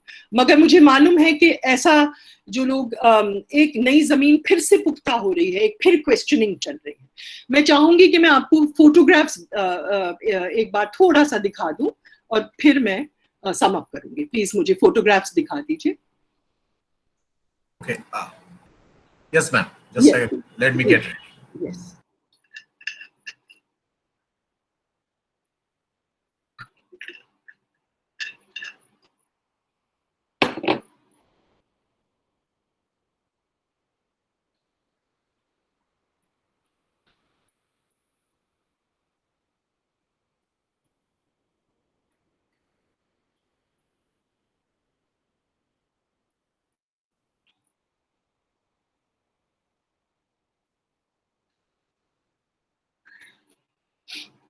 This is my first work, and this is called Reminiscences of Krishna. I'm not going into great detail.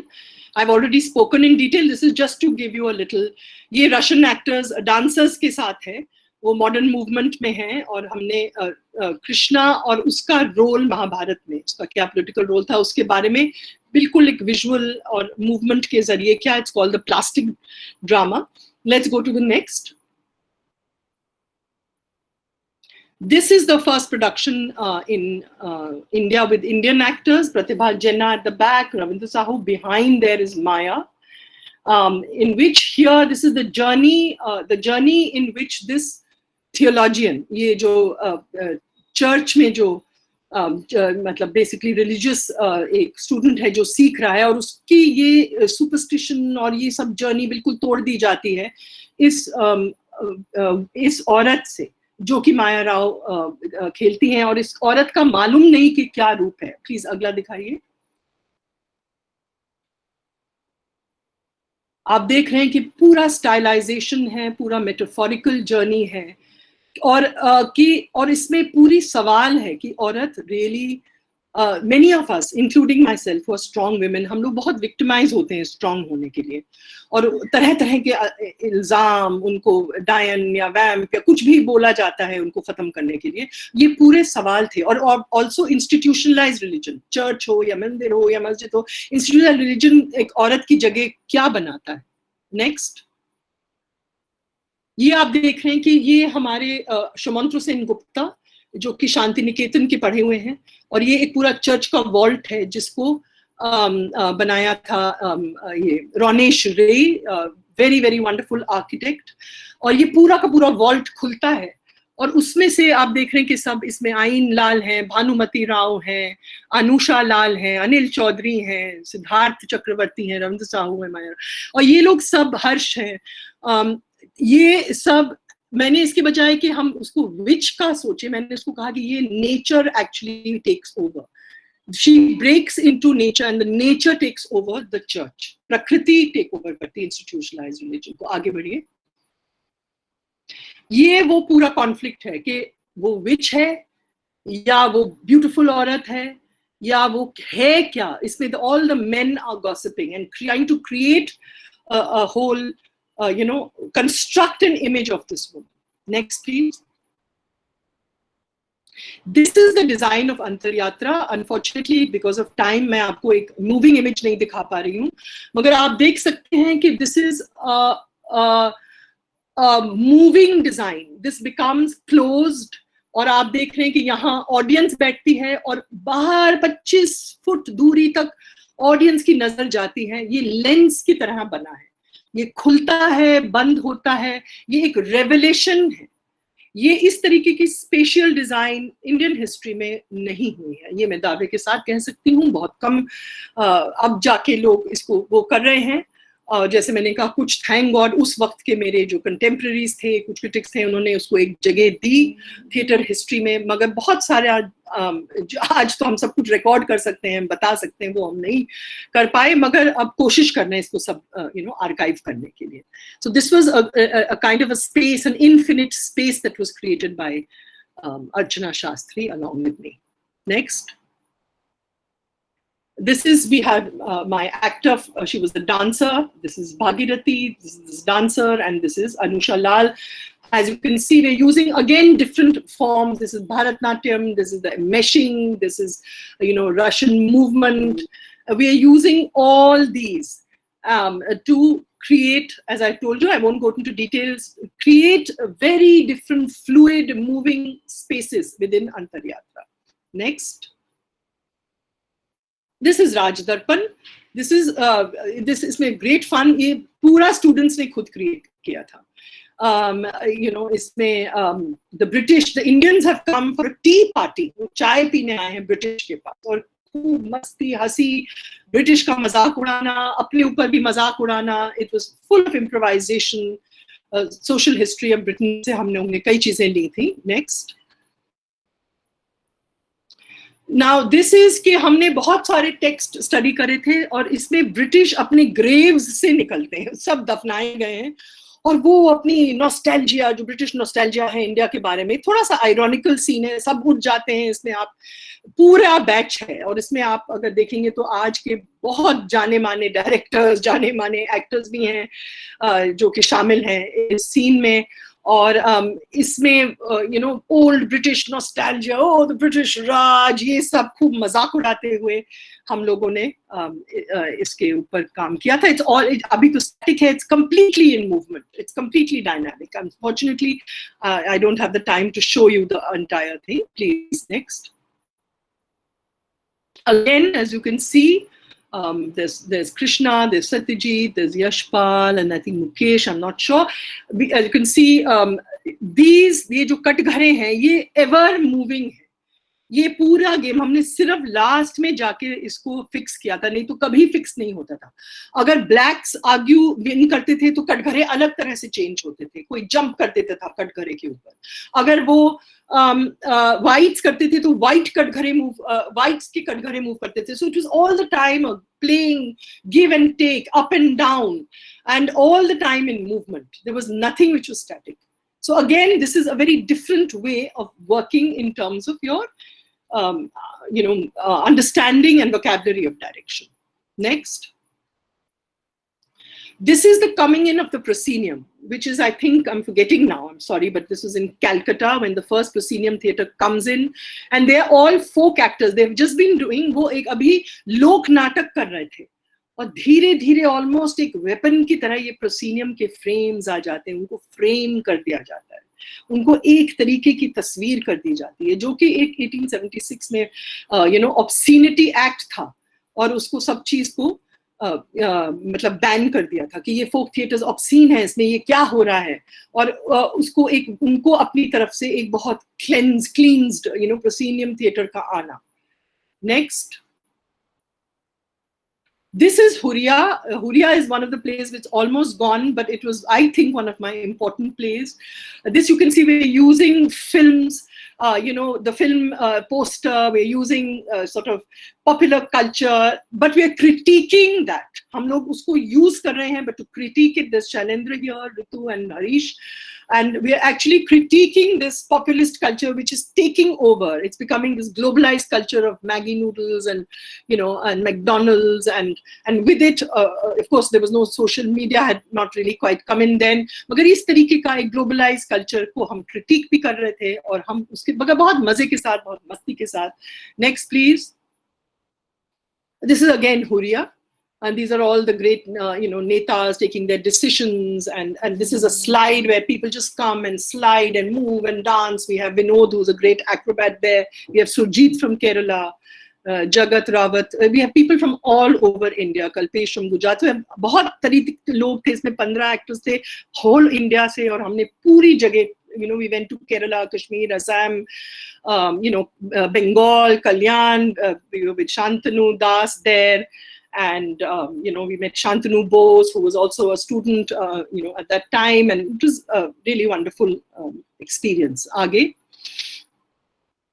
This is Uchakka, and this is Joy and Vipin, and the humiliation also of hunger, the humiliation all the time of being out of this society.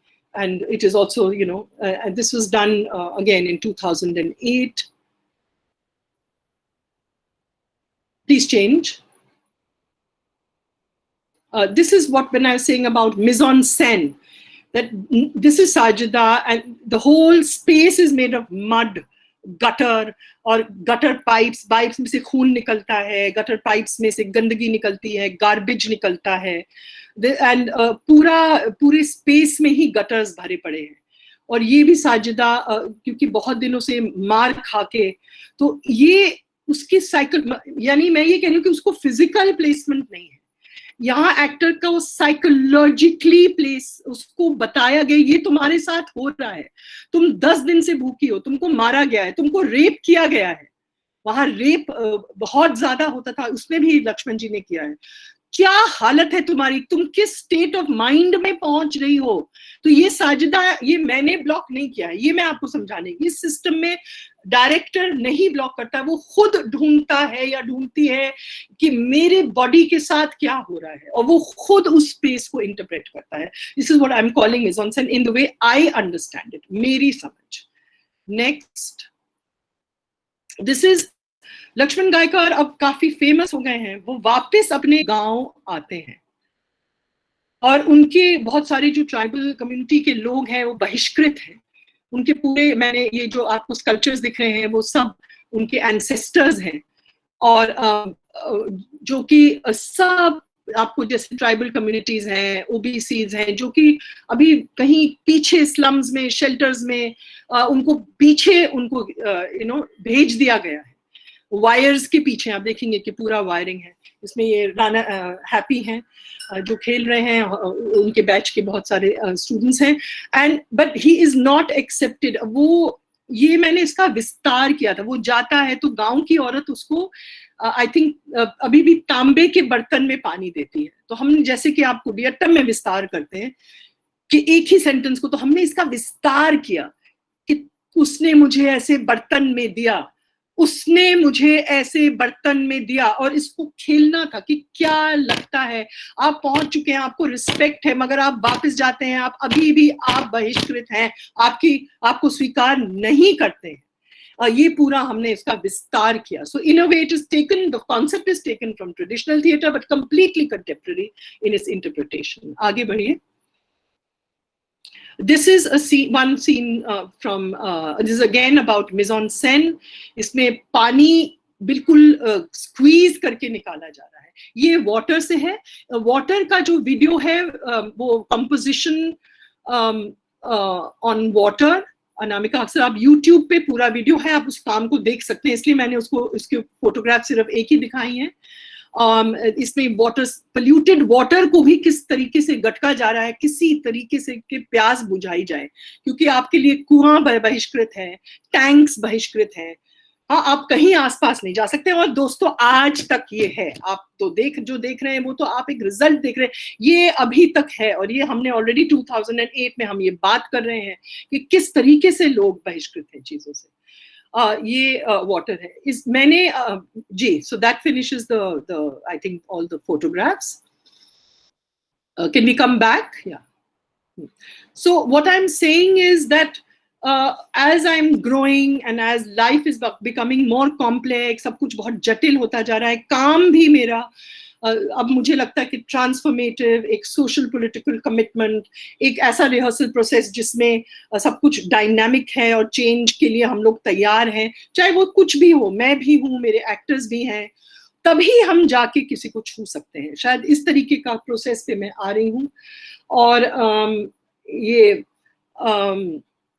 मुझे लगता है also कि बहुत जरूरी है कहना कि हमारे हिंदुस्तान में, मैं हर बार ये कहती हूँ, शायद कहती रहूंगी, कि हजारों किस्म के फॉर्म्स हैं, कम से कम आई एम नॉट श्योर, मगर 3000 किस्म की तो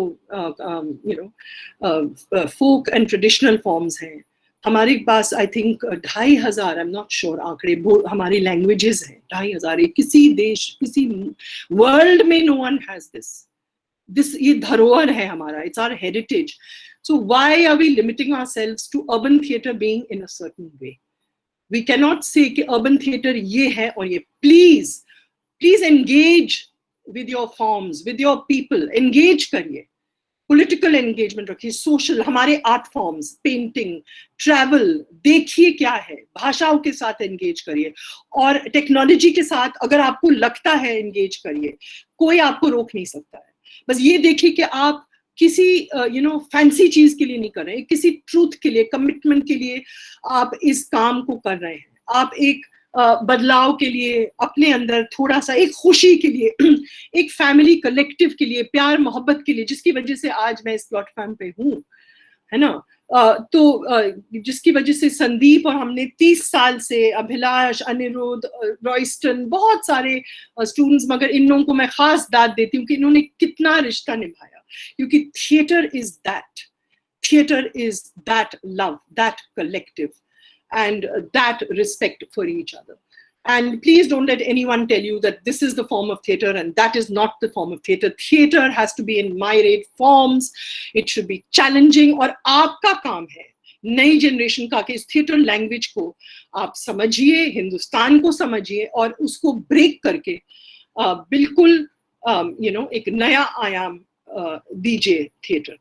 इसके साथ मैं बंद कर रही हूँ। आई एम श्योर आपके पास सवाल होंगे एंड हाँ, धन्यवाद मैम, बहुत ही अर्थपूर्ण और एक दिशा आपने दिखाया हमारे नाटकों, माने हमारे युवा वर्गों के लिए, और जो नाटक में रुचि रखते हैं, नाटक की चर्चा करते हैं। तो कुछ प्रश्न है, पहले प्रश्नों का जवाब देते हैं, फिर बाद में हम लोग will have a concluding session. So पहला प्रश्न है, सीमा जी कर रही है कि एक महिला रंगकर्मी के रूप में आपको शुरुआती दौर में किस तरह की चुनौतियों का सामना करना पड़ा?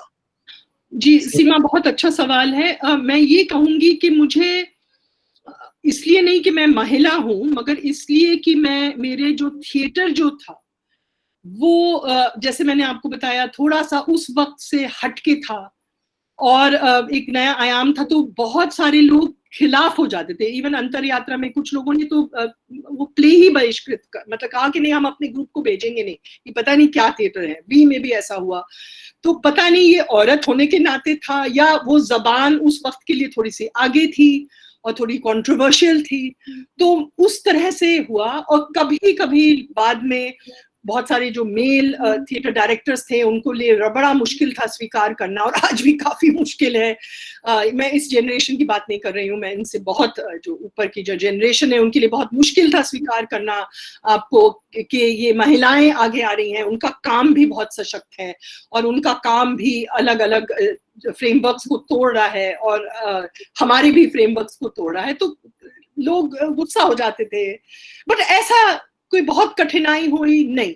मैं बहुत आभारी हूँ कि हमारे स्टूडेंट्स, यंगस्टर्स और बहुत सारे जो सेंसिटिव उस वक्त के लोग थे उन्होंने बहुत सपोर्ट किया और उनकी वजह से मैं मतलब आगे बढ़ पाया। हो सकता है कि हर लेख नहीं है उतना, हो सकता है बहुत लोगों ने कोशिश करे कि ब्लॉक कर दिया जाए, वो ठीक है, वो ऐसा पद्धति होती है। जब कोई कुछ जबान कुछ नया करता है उसको ब्लॉक करते ही है, कोशिश करते हैं। जी आगे जाइए।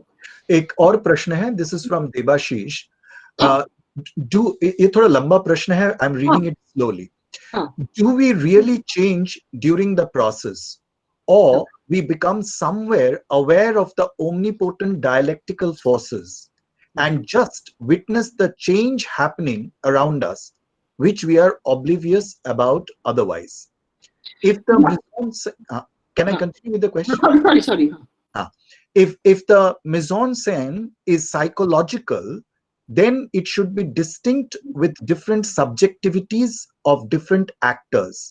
How does these distinct worlds blend to create an unified mise-en-scene? How do you see theater as a tool to counter alienation? It's a big... My God, this is an essay, my dear friend. We have a separate session on this. Let me see what I can answer. See, you're right that absolutely it is, and this is definitely something that the Soviet theater believes in, is the whole thing of dialectical processes. You see conflict, you see contradiction, you learn to understand कि ये एक unity नहीं है, एक truth नहीं है, और अलग अलग situation में भी point of views हैं। मतलब कि आप अगर एक टेम्पल एंटर कर रहे हैं, आप कौन हैं, आप कौन सी क्लास के हैं, आप कौन सी कास्ट के हैं, और तो आपका पॉइंट ऑफ व्यू बिल्कुल अलग होगा। और एक दलित कम्युनिटी या ऑस्ट्रेसाइज कम्युनिटी एंटर कर रहे हैं, तो वो these are the conflicts, these are the things. I'm not quoting, I've quoted it so often that those who heard me longer, I'm not, there are a lot of these things which we've taken up, let's say in Uchakka, also in Huria, that these are dialectical processes, and these things you make you aware.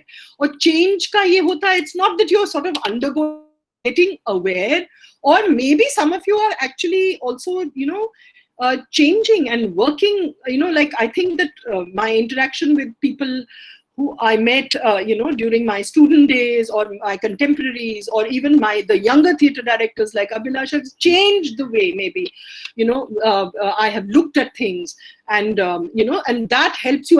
But I feel it should not only be outside the theatre rehearsal process; it should be inside the process also.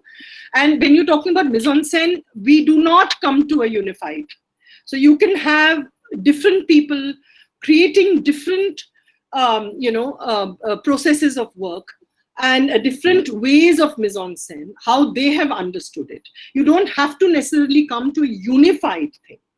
You can have that's what I'm trying to say, we're breaking this thing of unity. We're breaking the thing that how you can within the thing have very different mise-en-scènes depending on the person. And then of course there is a reality of the play. So, you are going from the reality of that author. What is he saying? I mean, if Lakshman Gaikwad is saying that, that every day was like, just somehow to survive a beating or a rape, or someone coming to the house and humiliating you.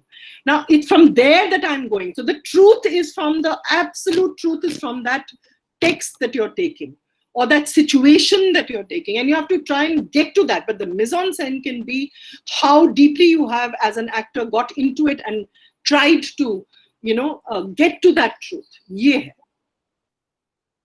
Thank you, ma'am. And before we ask a question, we are very fortunate that we have Maya Krishna Rao with us. Oh, she joined. Lovely. Yes, she is there, and I am really a fanboy of her performance. Lovely. Huh. And she has mentioned that she would like to respond to your, your talk today, and she has something to contribute today. Lovely. Please.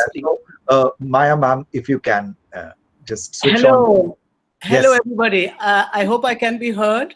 Yes. Okay. I don't know whether I can be seen, but I don't have to be seen. देखना इतना जरूरी नहीं है. मेरा camera में कुछ problem है. Okay. तो मैं ये तो this was like a journey into memory.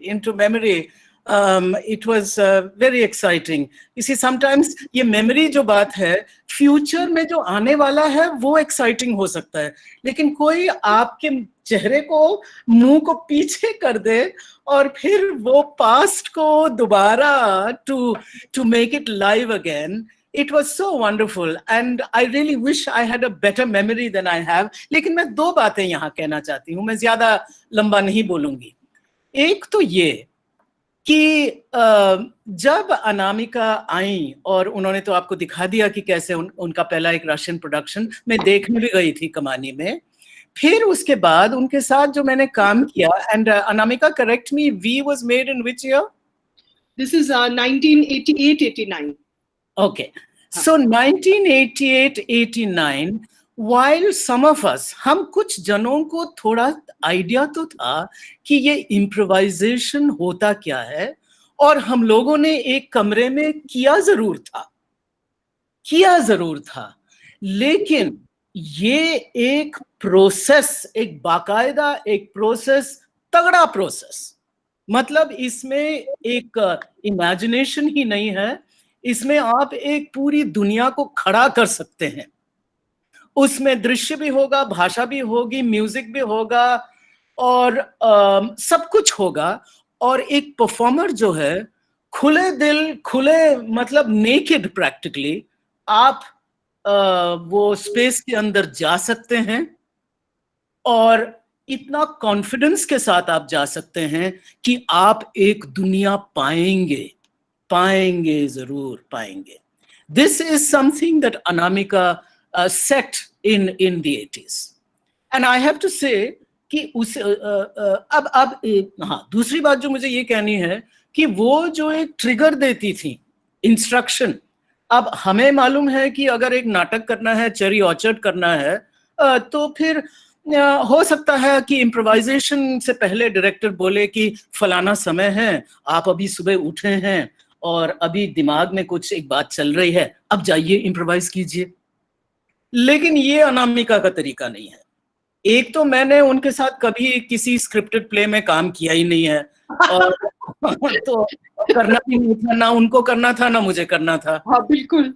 तो फिर और हम लोग इतने, क्या बोलना चाहिए, इतने प्राउड और एरोगेंट थे, वो सब एक तरफ कर दिया। हमको तो अपनी खोज है।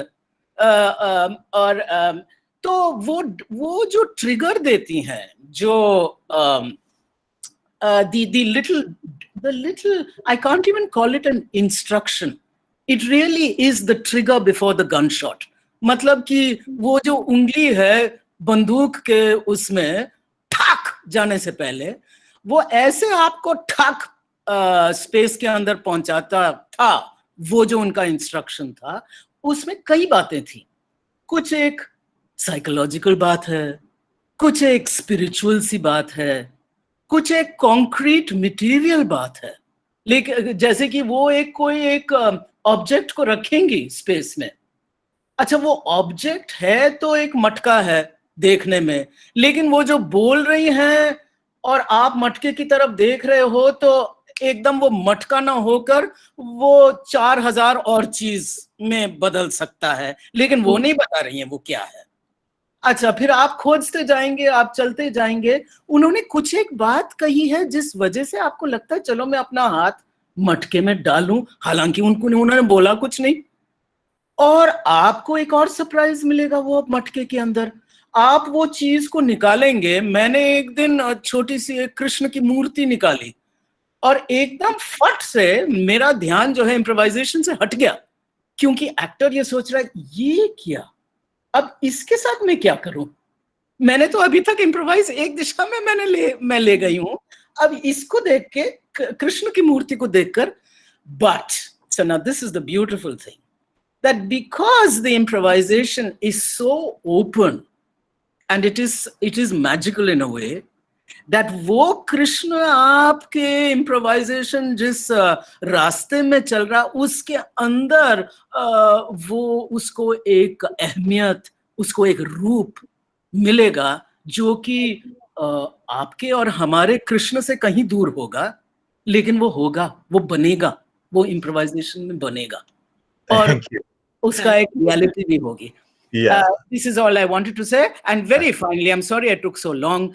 That's only because I'm excited. Is that so the whole business of devised theatre, मतलब आप एक पूरा नाटक को improvisation के थ्रू निकाल सकते हैं, बना सकते हैं, और मैंने 35 साल के लिए ऐसे ही बनाया है। She's the one who set that note. Thank you so much, Maya. It's such an honor. I'm so glad you joined. You are someone who's been a great inspiration for me and taught me a lot in my theatre journey. It's a great privilege that you've joined this. Thank you so much. And you know it is mutual. Yes. Thank you. Thank you. और रंगा Thank you. की तरफ से भी माया जी को प्रणाम और धन्यवाद, आपने बोला। तो इस विषय में एक I have a question, ma'am. It's like, you know, this time when people are saying that the texts are becoming minimalistic, so you have started it long back, जब आपके पास टेक्स्ट ही नहीं था। तो अभी का जो टेक्स्ट को डील करना, जैसे आपने इंस्टॉलेशन परफॉर्मेंस, जैसे आपके वो जो कॉम्पोजिशन ऑफ विथ वाटर, इसको इंस्टॉलेशन परफॉर्मेंस कहा जा रहा है। तो ये जो लैंग्वेज है, क्या ये हमारा ये कॉन्टेम्पररी इंडियन थिएटर का यही लैंग्वेज कह सकते हैं, या is it something new? See, thing is that it is not that we do away with text, but we are not structuring it in the way that was given to us, let's say, handed down, let's say, in the 1960s. That's what I'm trying to say. The text was a very structured text. The text was, also following a very Western pattern. And I think this kind of breaking imagistic, I mean, they call it postmodern. I mean, I'm very bad with all these terminologies, but in a way, yeah, it is a text. I mean, all the texts here are very political, whether, as you're saying, it's mine or Maya's, Dr. Anuradha, the law, it's very political, but the handling of the text, the narrative structure, the language of the images of it, the moving from folk to the understanding of Indian realism from, matlab, folk bhi hai, tradition bhi hai, contemporary reality hai, and see what I'm trying to say is I definitely be contemporary reality. For tomorrow, if I want to do something on, if I want to do something, what's happening? There's some Vinod ji, आपका mic. हाँ, ठीक है. That's. If you want to do something on fascism, for example, there is no way you cannot do without understanding the psychology, the politics of patriarchy, fascism, violence. You have to understand that. But you can deal with it. You can either do a play, you know, and just do it like in a structure, or you can break that structure. This is one way. I do not advocate that this is the way everyone should do it. Absolutely. I was talking about my personal journey or the journey of some of my contemporaries or some of the people from the younger generation. They will take their own journeys, you know, but so the text is there, the dealing of the text, and it just becomes, you know, pehle tha ad nauseam verbatim. La, la, la, la, la, the body is not working, the gestures are not working, the rhythm is not working. The tradition of realism is naturalism, which is outdated. You know, now it's outdated. See, everything has a history and a perspective. You Correct. cannot say it was outdated then, but you have to change the language. And some of us are changing it and taking it somewhere else. Someone may not be able to, but they are doing great work in building up a consciousness of theatre. Absolutely. But some people will break and take it far beyond, right? So Correct. there is no one rule. But for me, what was close was definitely, as Maya is saying, a very devised text. I mean, Raj Darpan is a very political text. There's text in it. There's not, you can see it's full of text. In fact, it has all the pan plays. It has, you know, it has social histories. It has, you know, legal proceedings. So it's text, but the dealing of the text, the connection to the actor and the connection to space is completely different. And it isn't going on just, you know, ad nauseum from the voice. You know, that tradition that, you know, voice. Now, no longer. I'm talking about the traditions of 60s, 70s, you know, that I'm talking about that historical tradition, no longer there now. I mean, some people follow that tradition, some people break that tradition. So dramaturgy played a very important role, like a collection of dramaturgy, like bringing. I think we were our own dramaturgs. Oh. क्योंकि ये तो हम ही लोगों ने बनाया. I hardly have picked up. I think I did Tagore's Dagghar, Bawla, and Dream of Reason are the only things we took from text. Everything else has been devised. Uchakka is from the novel. Bawla is from the novel. You know, Dream of Reason was a proper, you know, text which we did. But otherwise, we have been our own dramaturgs along with our actors. Actors also improvise with us, as I said in Raj Darpan, कि हम लोग सब मिलके कुछ चंद चीजें हमारे पास थी, बाकी हम लोगों ने improvise किया. हमने पढ़ लिख के बहुत सारी पढ़ाई करी. ऐसा नहीं कि, you know, चलो भाई निशब्द हो गए बिना कारण. That's what the point I'm making. Absolutely. Thank you, ma'am. There's a question from Joy Raj. Yeah. Joy Raj, the question is, in this digital era where every information is present on just a click of a button, are we becoming more lazy in our preparation in rehearsals? Are we becoming more blunt in understanding a journey and realizing a change in oneself? Has digitalization and information era any impact on vocabulary of direction? A very good question. Now, I was just reading a very nice, you know, essay by, how do you pronounce him? Takadi Suzuki, the Japanese theater director. Yes. And he says Tadaki, sorry. Tadaki Suzuki. Sorry, terrible with names. Anyway, he says a very beautiful essay on philosophy, and he says that, you know, the whole thing about theater is the presence of theater is that actually you can skip into, if you want to, you can actually, we are actually not dependent on technology for our profession. Now, that does not, please do not, I do not want to fall into that group which talks about not using technology and all that nonsense. Definitely you must use it if it is serving a purpose. I mean, Maya uses videos in the most extraordinary way. Abhilash uses it. I hardly use it. Someone else, you know, someone else uses. I mean, so it depends on you, on how you actually use that technology and what it is actually communicating. Now, but the thing is that, he says that philosophically, you know, we are in a very, very strong creative space, because for our creation, we may need it for research, but for the creative processes, we don't. The processes of thought, thinking, philosophy do not emanate from the screen. Only your research does. So you have a power which is very different, the power of thought, of consciousness, of challenge, which comes. And I personally do not, if you use, I'm sure you've seen this film called, what is it called? Social dialogue, social dilemma, in which they're saying that, this whole onslaught of technology can really form and break your mind. It can break democracy also, if you are a subject and a victim to it. But technology, on the other hand, can also, if it's used with intelligence, be used fantastically to also gather people together, to also, be informed about what is happening in the other world. And I don't know, because anyone who belongs to my circle is working very hard in theater. I don't see anyone being lazy, because none of us work commercially. None of us have worked for the market. We have worked very distinctly and very solidly for what we believe in, what we want to say, whether it is, everyone from the younger generation to our generation. Those people who I am saying are all very, very committed to that. And I do not think that technology makes them lazy. They may be someone who is lazy, but then they may be just lazy anyway. So that's nothing to do with technology. But I think we have the added advantage. Our creative processes are sacrosanct. We actually, it's our mind. And something very important which was said in Social Dilemma was that actually, the technology is sometimes hurting the creativity of the mind. Well, theater doesn't depend on creativity. It depends on our personal, original understanding and creativity.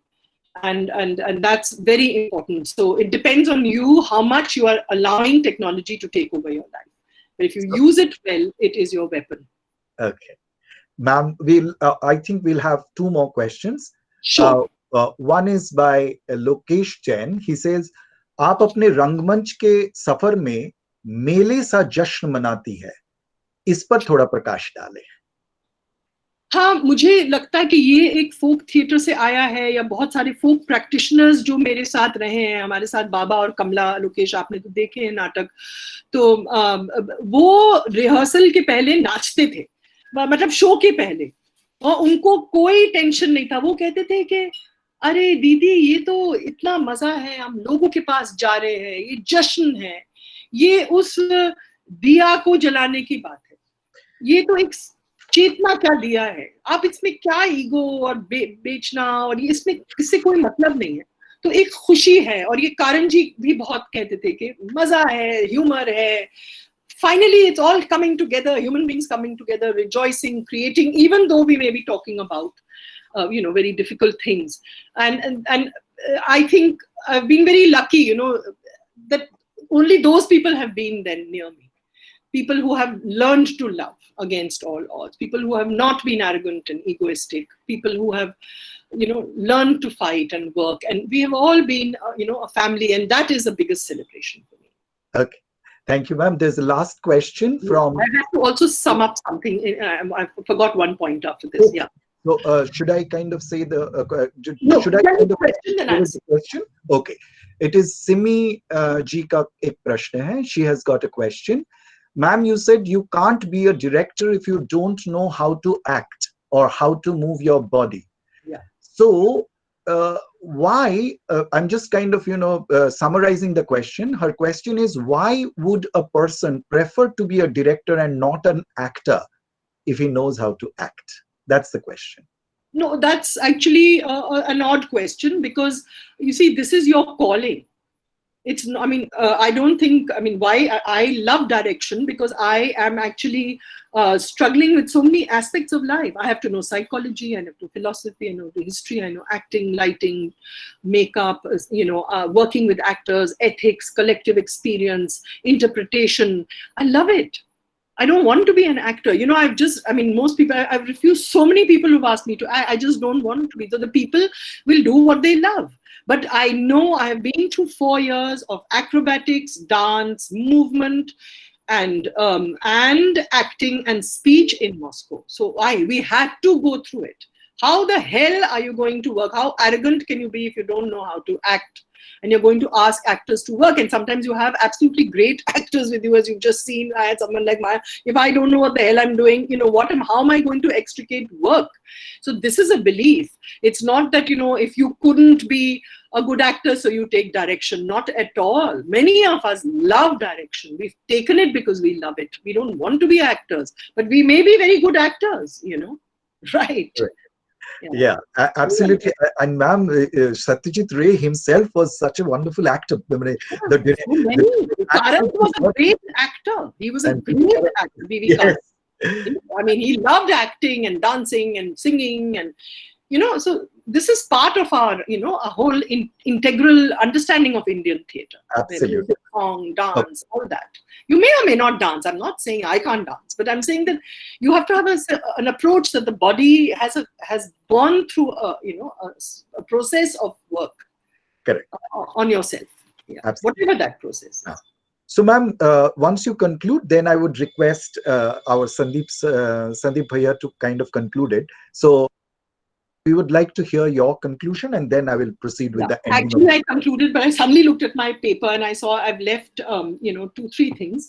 One is, I'm not going into it, but I also devised the syllabus, for the National School of Drama, which is where I met all these lovely young people who would come to study, and so, and 91 to 96, I actually taught as a visiting professor. And actually tried to integrate, the understanding of what we need as, for direction and as a director-actor to create for an Indian future of theatre. This is something which Kirti Jain invited me, and so we had a very great time actually thinking about this. I haven't spoken about it, but it's a whole process which was thought. The other thing, which is something which is very much something very dear to me, is that when you take a workshop, sometimes we people who've been trained wherever from, we tend to, हम लोग बहुत arrogant हो जाते हैं. हम लोग एक area में जाते हैं और हमको बोलते हैं कि हमें ये आता है और हम आपको सिखाएंगे.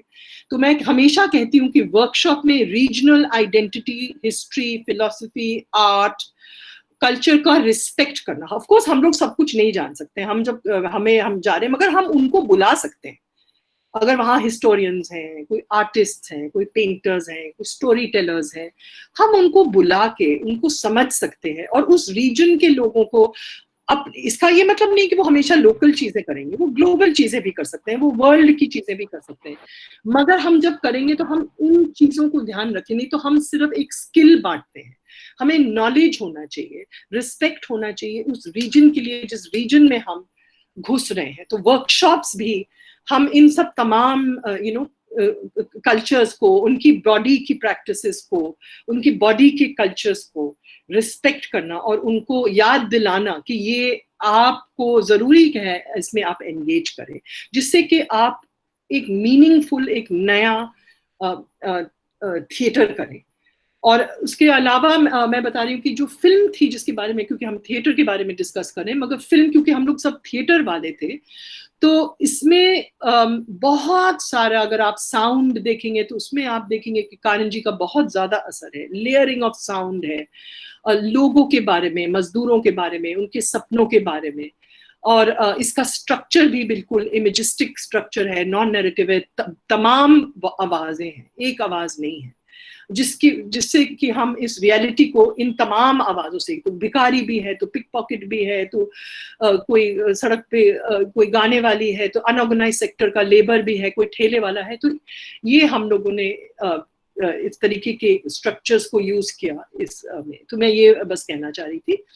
और मैं आप सबको बहुत बधाई देती हूँ. मैं संदीप को, उनके पूरे ग्रुप को, जो कि इतने सालों से जूझ रहे हैं, कमाल का काम कर रहे हैं और करते जाएं और भी बेहतर करें. ये मेरी दुआ है आपके साथ. आपने जिस साल राज दर्पण किया 1994, that is the year when Rangashram was actually established. So I find this common date very interesting. Yeah, and we actually came with this play to Behrampur, and we met Sandeep's family, his brothers. It was a beautiful audience. बहुत अच्छा दर्शक था. So it was like a huge journey which came round. Yes. And we had an absolutely marvelous time in Behrampur. And with its festival and its traveling with lovely productions, like you must have seen Shantap and Monideepa, so which has actually won awards. Rangashram has really made a great difference in Bengali and Indian theatre. I'm so happy to know that. I know. Yes. And today we have also with us Sandeep Da, who is very quiet because maybe you are his teacher. And I would request Sandeep Da, who is a fine actor. He's a fantastic actor. He acted in Raj Darpan. Unfortunately, my archiving is very bad. I have a lovely thing. You see, he got the whole audience in hysterics. He played several roles, and Sandeep is a great mimic. If you ask him to mimic all of us, you will be in splits. He has great humor. He's a wonderful actor. And he's a wonderful director, and creating a new space there. Absolutely, ma'am. So I would request Sandeep Da, आप कुछ बोलिए और फिर हम लोग आज के ये आंतरजालिक सभा को खत्म करेंगे. संदीप दा. Ma'am, thank you so much. Thank you so much कि आप हमारे बुलावे पे आए हैं और इतना बढ़िया सेशन रहा. मतलब मैं हमेशा आपसे सीखता, हमेशा. मतलब जब भी आप कुछ बोलते हैं मैं वहीं से सीखता हूँ. जो आज भी मैं आपका स्टूडेंट ही हूँ. अरे नहीं, और इसी तौर पे ही काम किया जा रहा हूँ मैं. It was really wonderful session. और मुझे लगता है कि जो लोग सुन रहे हैं, देख रहे हैं, वो लोग भी आपके सेशन से बहुत ही एनरिच हुए होंगे. हम चाहेंगे कि हम ऐसे बुलाते रहें और आप बार बार हमें और भी शिक्षित करते रहिए. बहुत ही क्या बोलूं मैम, ये मेरे पास कोई भाषा नहीं है.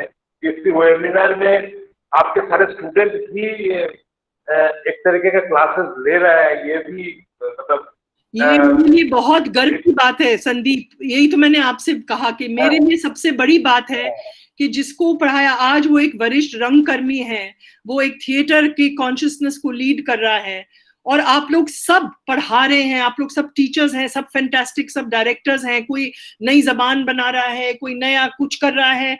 क्या गर्व महसूस होता है. और फिर भी आप लोगों के अंदर स्पेशली आप हैं, कोई एरोगेंस नहीं है. हमेशा एक प्यार, मोहब्बत, शुक्रियादा है. और मैं इसके लिए इतनी आप लोगों की शुक्रगुजार हूँ.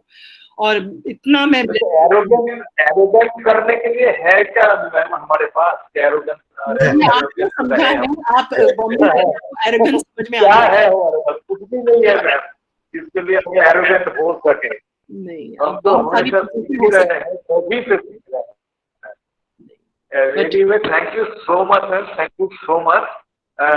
शायद अच्छा जॉनी. यस जॉनी बोलो. अच्छा, कल ये आशुतोष राणा का क्लास कब है क्या? नहीं, मैं अनाउंस कर रहा हूँ. मैं अभी just before calling it a day मैं सबको बता दे रहा हूँ. So I would like to thank everyone, and especially, definitely, ma'am, I'm really overwhelmed. Again, I'm saying that after listening to you, I've seen your work, but after listening to you, I'm so overwhelmed, and I've learned so many things. And especially when you're talking about mise en scène, what's your approach towards mise en scène? That was a great learning. I've read his text, but I've understood very little. But when I heard you, I actually, Johnny, मैं actually ma'am जब भी मतलब agency में production करने आती है तो मैं हमेशा मतलब जो भी होता है वो वहाँ चाहे अभिलाष हो, तो भी मैं बोलता हूँ कि मुझे असिस्ट करना है यार, मुझे ले लो. तो वैसे ही चट करके मुझे असिस्ट करना है, क्योंकि वो एक क्या बोलूं, वो जो सीखने का मौका जो मिलता है ना, वो मतलब बाहर से होता ही नहीं। वो जो बैठे बैठे मैं डेढ़ महीना जो मतलब वो मेरे लिए भी, और मतलब मैं एसिस्ट करता रहा, but at the same time मुझे एक अच्छा खासा सीख भी मिलते गए and it was wonderful experience, wonderful experience. Thank you, Sandipda. So in the series of our webinars, we were expected to have our last webinar on the 9th. But unfortunately, our speaker, he is now shooting. Our speaker is one of ma'am's student, Ashutosh Rana ji. And Ashutosh Rana ji is actually having a film and he is busy with that. So on the 9th, we will not have it. We have spoken to him. We are going to have it on the 10th. That is Saturday on the 10th, 7 to 8. We will have another master sharing his experience, acting as a unique experience in life. So we will have Ashutosh ji. Ashutosh ji बोलेंगे 10 तारीख को. हमारा पहले 9 तारीख को last webinar होने की बात थी, लेकिन वो नहीं कर पा रहे हैं क्योंकि वो बिजी हैं 9 को. 10 तारीख को आशुतोष राणा जी बोलेंगे. तो सबको मैं धन्यवाद बोलता हूं और मैम को मेरा प्रणाम, संदीप दा को मेरा प्रणाम और देबू दा जिन्होंने हमें टेक्निकली हमें हेल्प किया, उनको भी मेरा प्रणाम. शुभ रात्रि. धन्यवाद. Thank you so much. Thank you. Please do Thank you, better ma'am. and better, Good night. Sandeep. We are all so Good proud night, of ma'am. you. Good night. और कमाल का तुम काम कर रहे हो. God bless, God bless, God bless. और मैं तुमको एक बात बता दूं कि मैंने आज सुबह जब मैं उठी मैं बहुत रोई हूँ. मैं इसीलिए रोई कि आज कैसा दिन है कि मैं एक इंसान जो स्टूडेंट है आज एक बड़ा डायरेक्टर हो गया है, एक अपना काम कर रहा है, एक कॉन्शियसनेस पे, आज उसके प्लेटफॉर्म पे मैं बोल रही हूँ. मैं काफी रोई हूँ. ये आपको मजा आएगा सुन के. बहुत इमोशनल, नहीं बहुत इमोशनल. ये बहुत इमोशनल मोमेंट है मेरे लिए. God bless all of you. Take care ma'am. Okay, bye bye. Bye bye. Yes, Take care. Good night. Good night, ma'am. Good night.